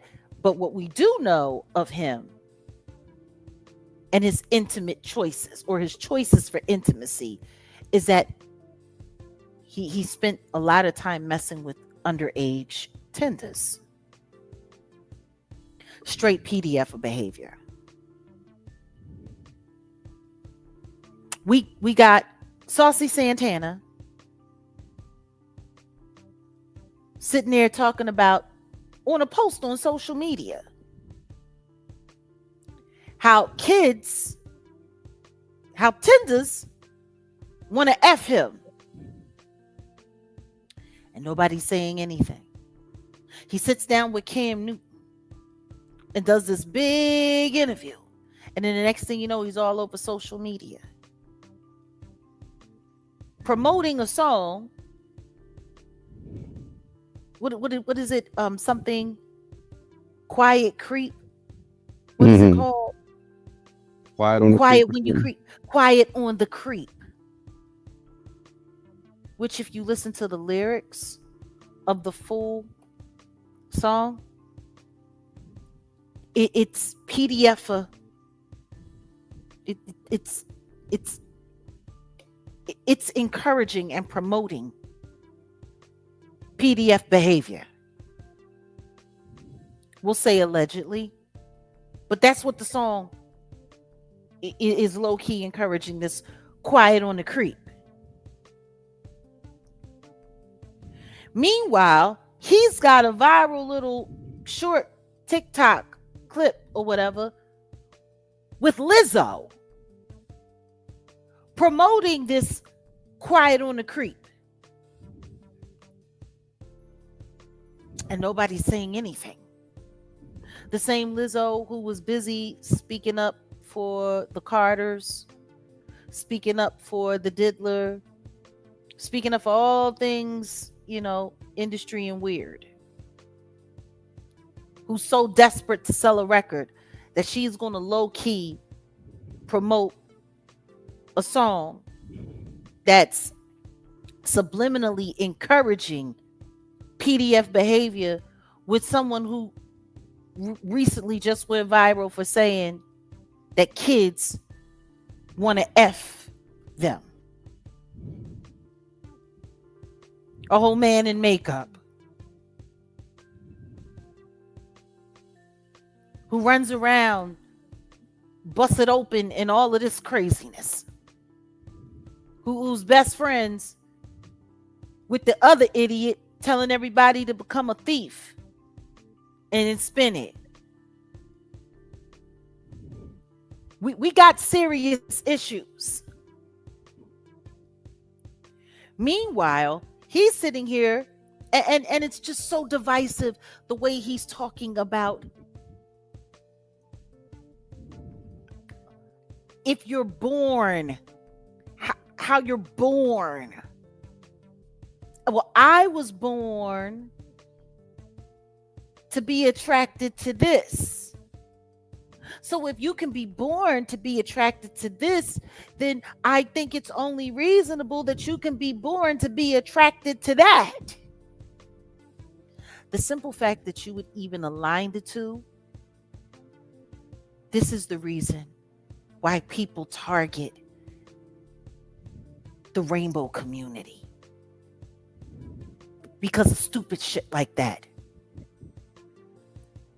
Saying insane things like that, and the simple fact that these people are not being held accountable for it, because these are the voices that they have who have big loudspeakers on the internet.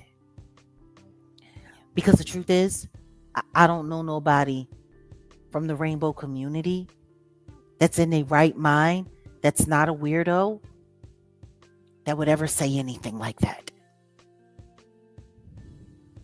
So, because the truth is what you're doing is you're asking for sympathy for a monster. I want to talk about Jeffrey Dahmer. Can we talk about Jeffrey Dahmer for a second? Yeah.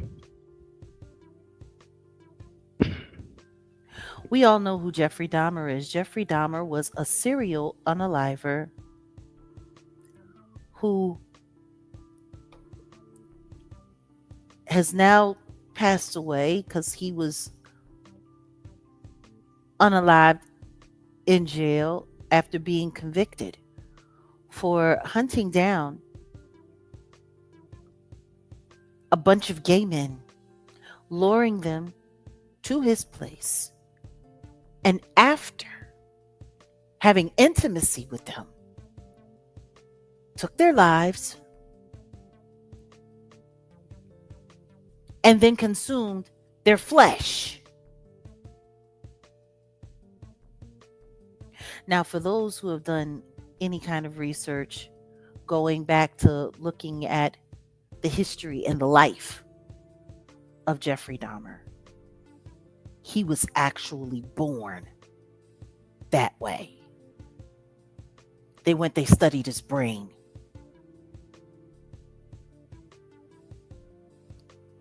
His mother had taken so many pharmaceuticals prescribed to her by her doctor while she was pregnant with him.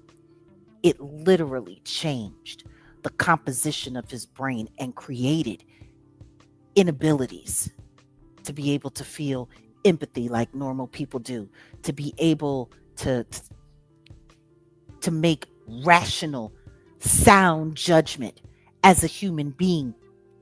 From a small child, he showed a great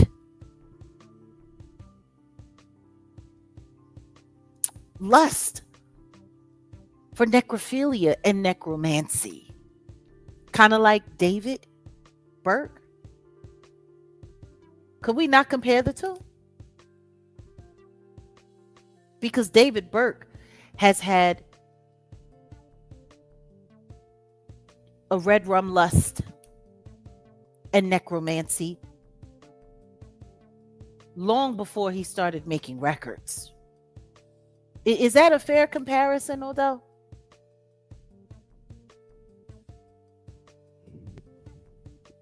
Yeah. Yeah.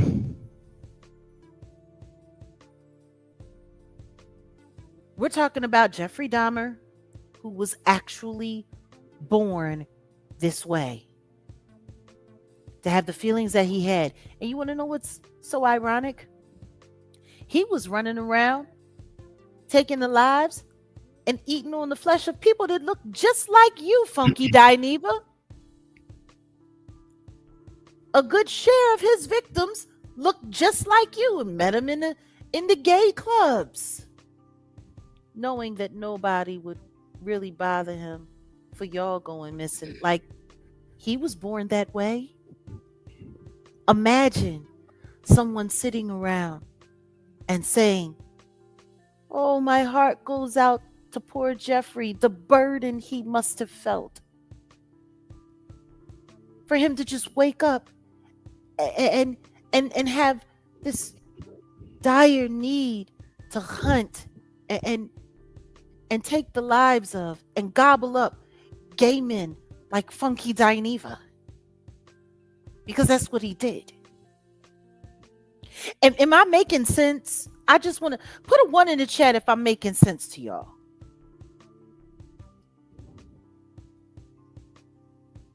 Imagine me sitting online and advocating for sympathy for Jeffrey Dahmer,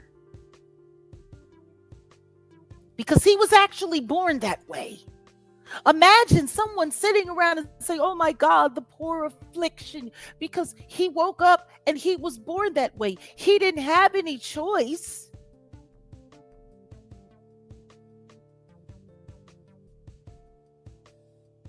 Imagine. Imagine someone having the audacity to sit there and to try to create feelings of sympathy for a monster.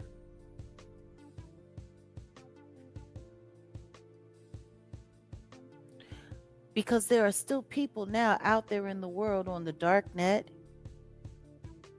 who have these thoughts, the same kind of thoughts that Jeffrey Dahmer did. And they collect pictures of people and they have these lustful fantasies. And they buy real dolls and they practice on them what they would do if they could get their hands on a real person.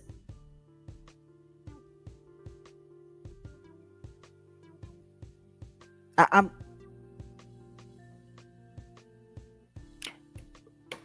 Odell, can you tap in for a second? Because I'm trying not to get too emotional about it, but am I making sense?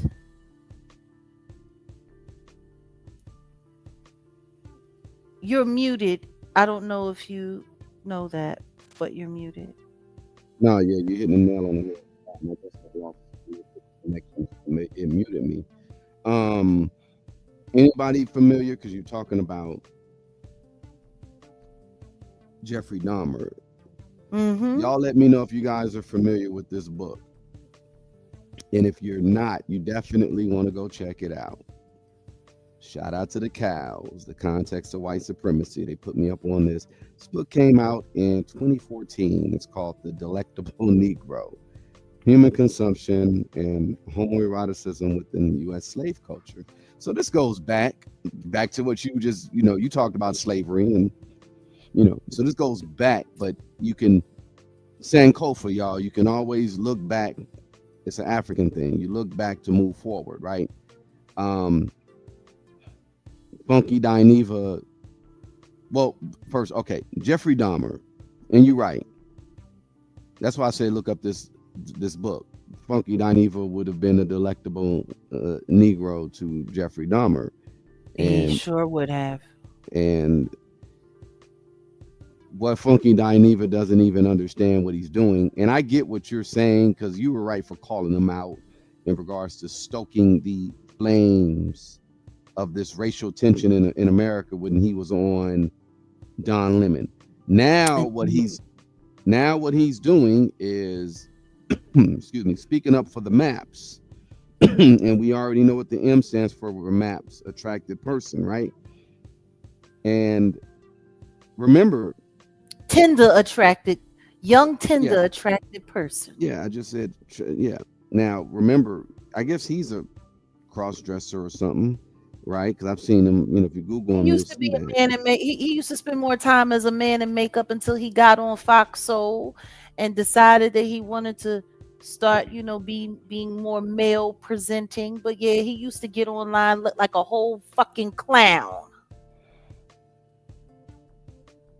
Delete, wait, okay, my said delete the last two as well. Okay, let me He do is some, literally, hold on. he is literally this foolishness that he's doing with this whole sympathy for PDFs. He's literally proving my point at why I said what I said about him regarding the Nolan Wells situation. Mm-hmm. He's proving my point. So for everybody who got off in the last video where I was talking about Funky Dineva sitting with Don Lemons and doing what he was doing and stoking the flames on that phone call that has yet to be completely authenticated and acknowledged as real. Am I wrong about that? No. That call is still yet to be. The last thing we heard was that Ben Crump had a team, an official team working on it, and we still ain't got no word back. Still ain't got no word back yet. But Funky Dineva was over there with Don Lemon with thousands upon thousands of people watching. He's a race beta. He's a rage beta. And now he's a PDF beta. I Go ahead. mean, yeah, no.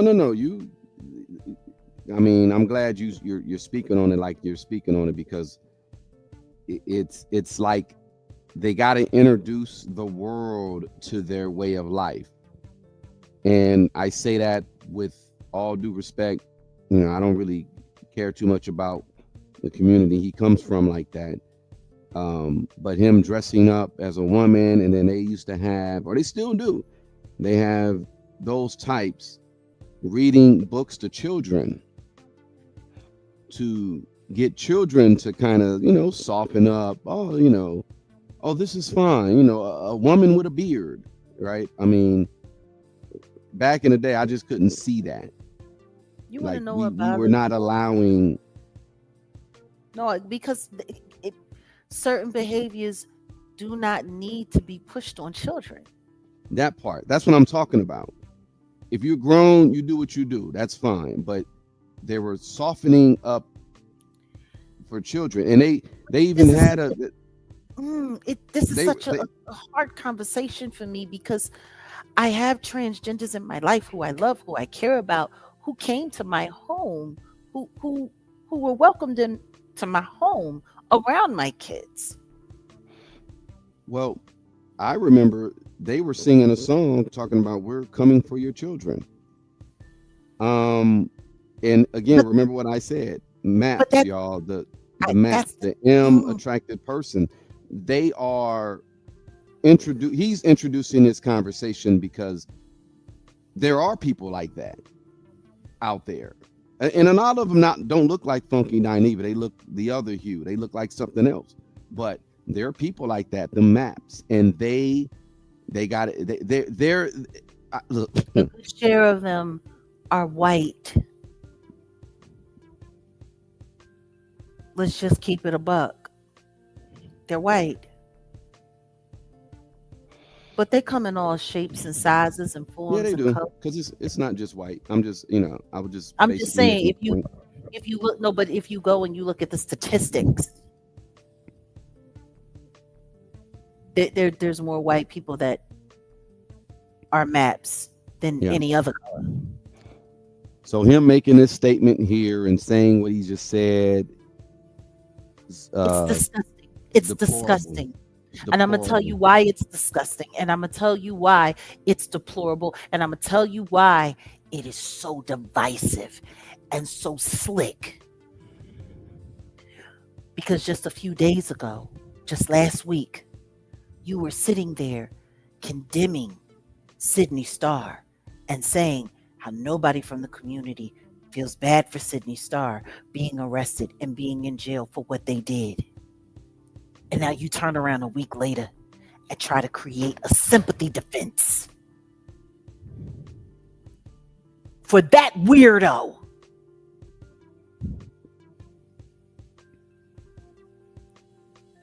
It's people like this funky bitch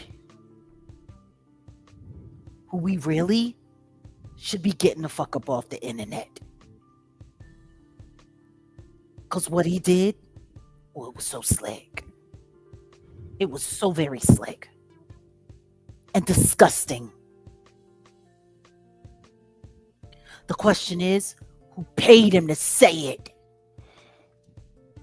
That part. That's why I mentioned the maps. Who paid him to say it? How do you go from denouncing Sydney Starr last week to low-key creating a sympathy campaign and an empathy campaign for this kind of behavior this week?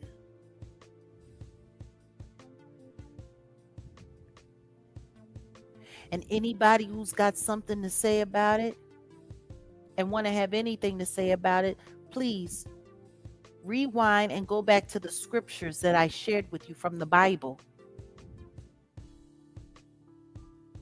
about what Christ had to say regarding sins in the mind versus in the body. There are no difference. There is no different. Talking about being born this way. You know, I was going to go in, I was going to clown, but the more I think about it, this is too serious to create jokes around. This is too serious to lighten the severity of what he has done in any way, shape, or form. I was going to clown him. I was going to drag him. I was going to do all of that. And you know what? It's inappropriate. See, those scriptures that I shared, that's what people should really be paying attention to and asking, who are we encouraging and promoting and following online? Because this funky bitch, like 80%, or maybe somewhere between 65 and 80% of his audience are female. And most of that audience are Black females. Just like the rest of these little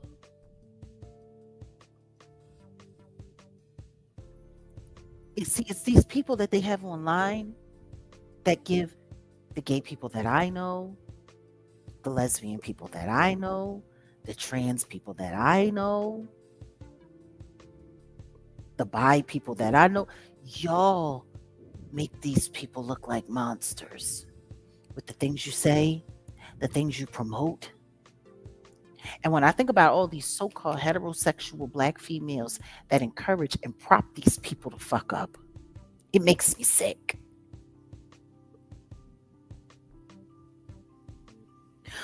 What are you encouraging? What are you promoting? There was another gay man just recently online saying very, very, very, very, very inappropriate things about a young child. People made it content.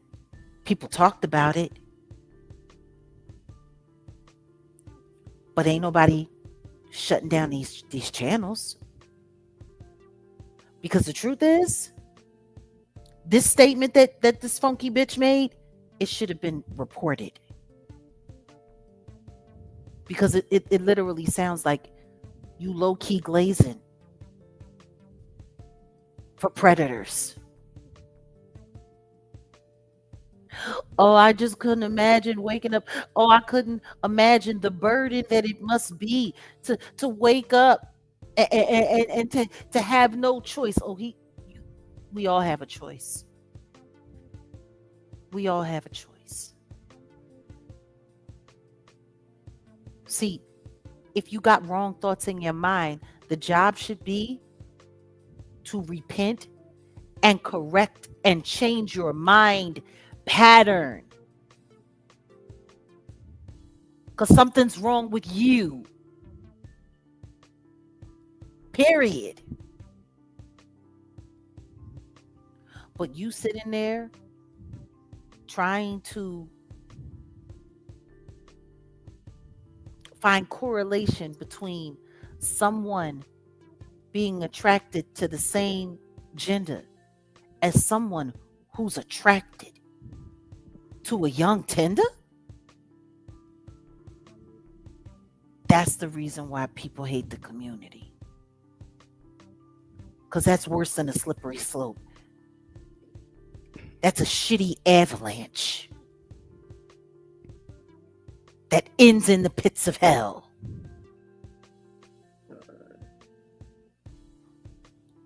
I is there anything else to say about this? I don't know, because I'm Mm-mm, mm-mm, mm-mm.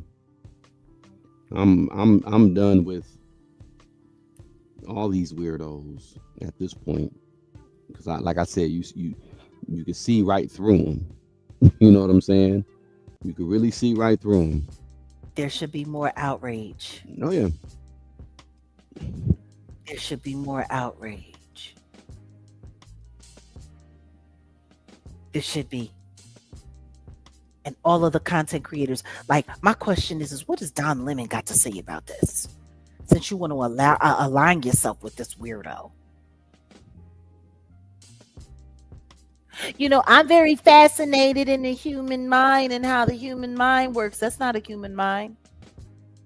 That's a demon possessed mind.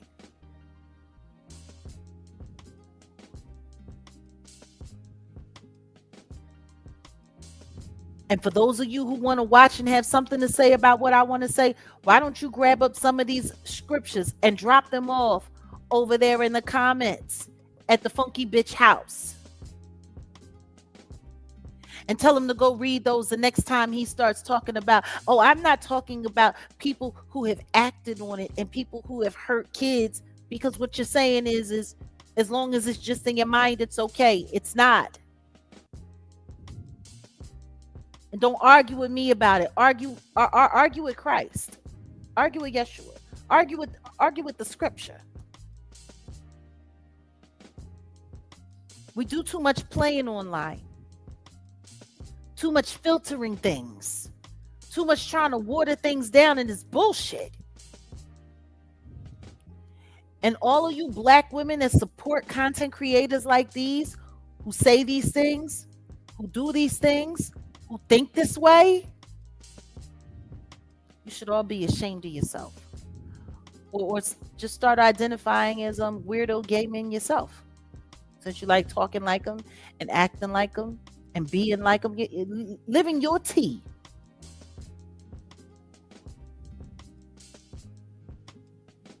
There's too many blurred lines. And it's creating too much confusion. And the only thing that it's doing is opening up the door for more victimization of innocent people. Innocent tenders.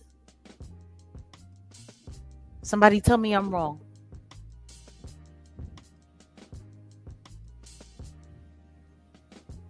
Because I'm going to tell you something right now. There is no way in the world heterosexual culture And alternative lifestyle culture should bleed over into each other as much as they do. They different gangs.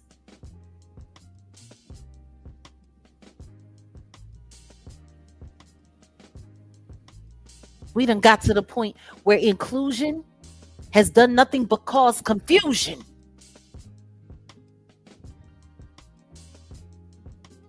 It's time to start creating some boundaries. Because when you start talking like this weirdo's talking, inclusion has turned into confusion.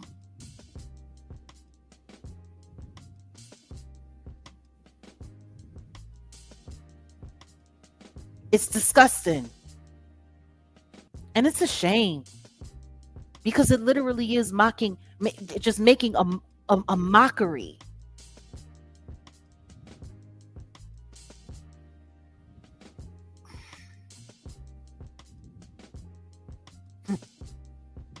Yeah, I'm good. I'm done. I done pretty much said all I got to say about any of this today. What's up, Spesh? Yeah, and for those of you who want to come through here calling yourself wanting to drag me and talk about my appearance and tell me how I'm not cute or how I ain't got no hair and I don't wear no weave and I don't do no, this is me. This is me. The actual me. Stop worrying about how I look. Focus on what I'm saying. Focus on what I'm saying. Don't come through here and argue with me by going to call yourself trying to rage bait me into having a conversation with you about something as mundane as looks or wardrobe or appearance.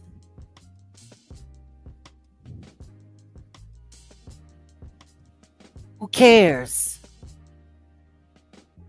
When we got the kind of stuff going on that we have going on in the world right now, we need to start addressing these so-called industry representatives who are coming out here doing nothing but sowing hell into the community. And meanwhile, these things make it to court and there's no justice for any of the victims. But the victim making machine just keeps on keeping on. I can't. And I'm done. Is that all for today? That's it. Yeah, I think we'll wrap up the rest of what we were going to talk about tomorrow because we have a kicking Patreon tomorrow. So yeah, we'll get into that over there. But I'm telling you, we have to stop watching these people. We have to start learning what to turn off. Now, before we go, hey, Believe, good to see you. Before we go, I just wanted to acknowledge we have some chats and just do a quick acknowledgement before we go. Is that all right? Yeah, that's fine. Okay, I think we pick up from here. Yes, here we are. Salute to God's chosen. Thank you so much for the jewels. Mayad again. Salute. Kingdom Beauty, thank you so much. Appreciate you. BJ NVA. I'm not exactly sure how to say that. We'll just say, hey, BJ, thank you so much. Appreciate you. Sweets, yet again. Lady Geo, thank you. Rachel, appreciate you yet again. Akshaya, salute to you. some of our wonderful, lovely members that come through here. Caprice, thank you so much. Maria B, Nebia Angel, we have Thank Sovereign. Salute. Thank you so much. Mandita. And I think we have a few more.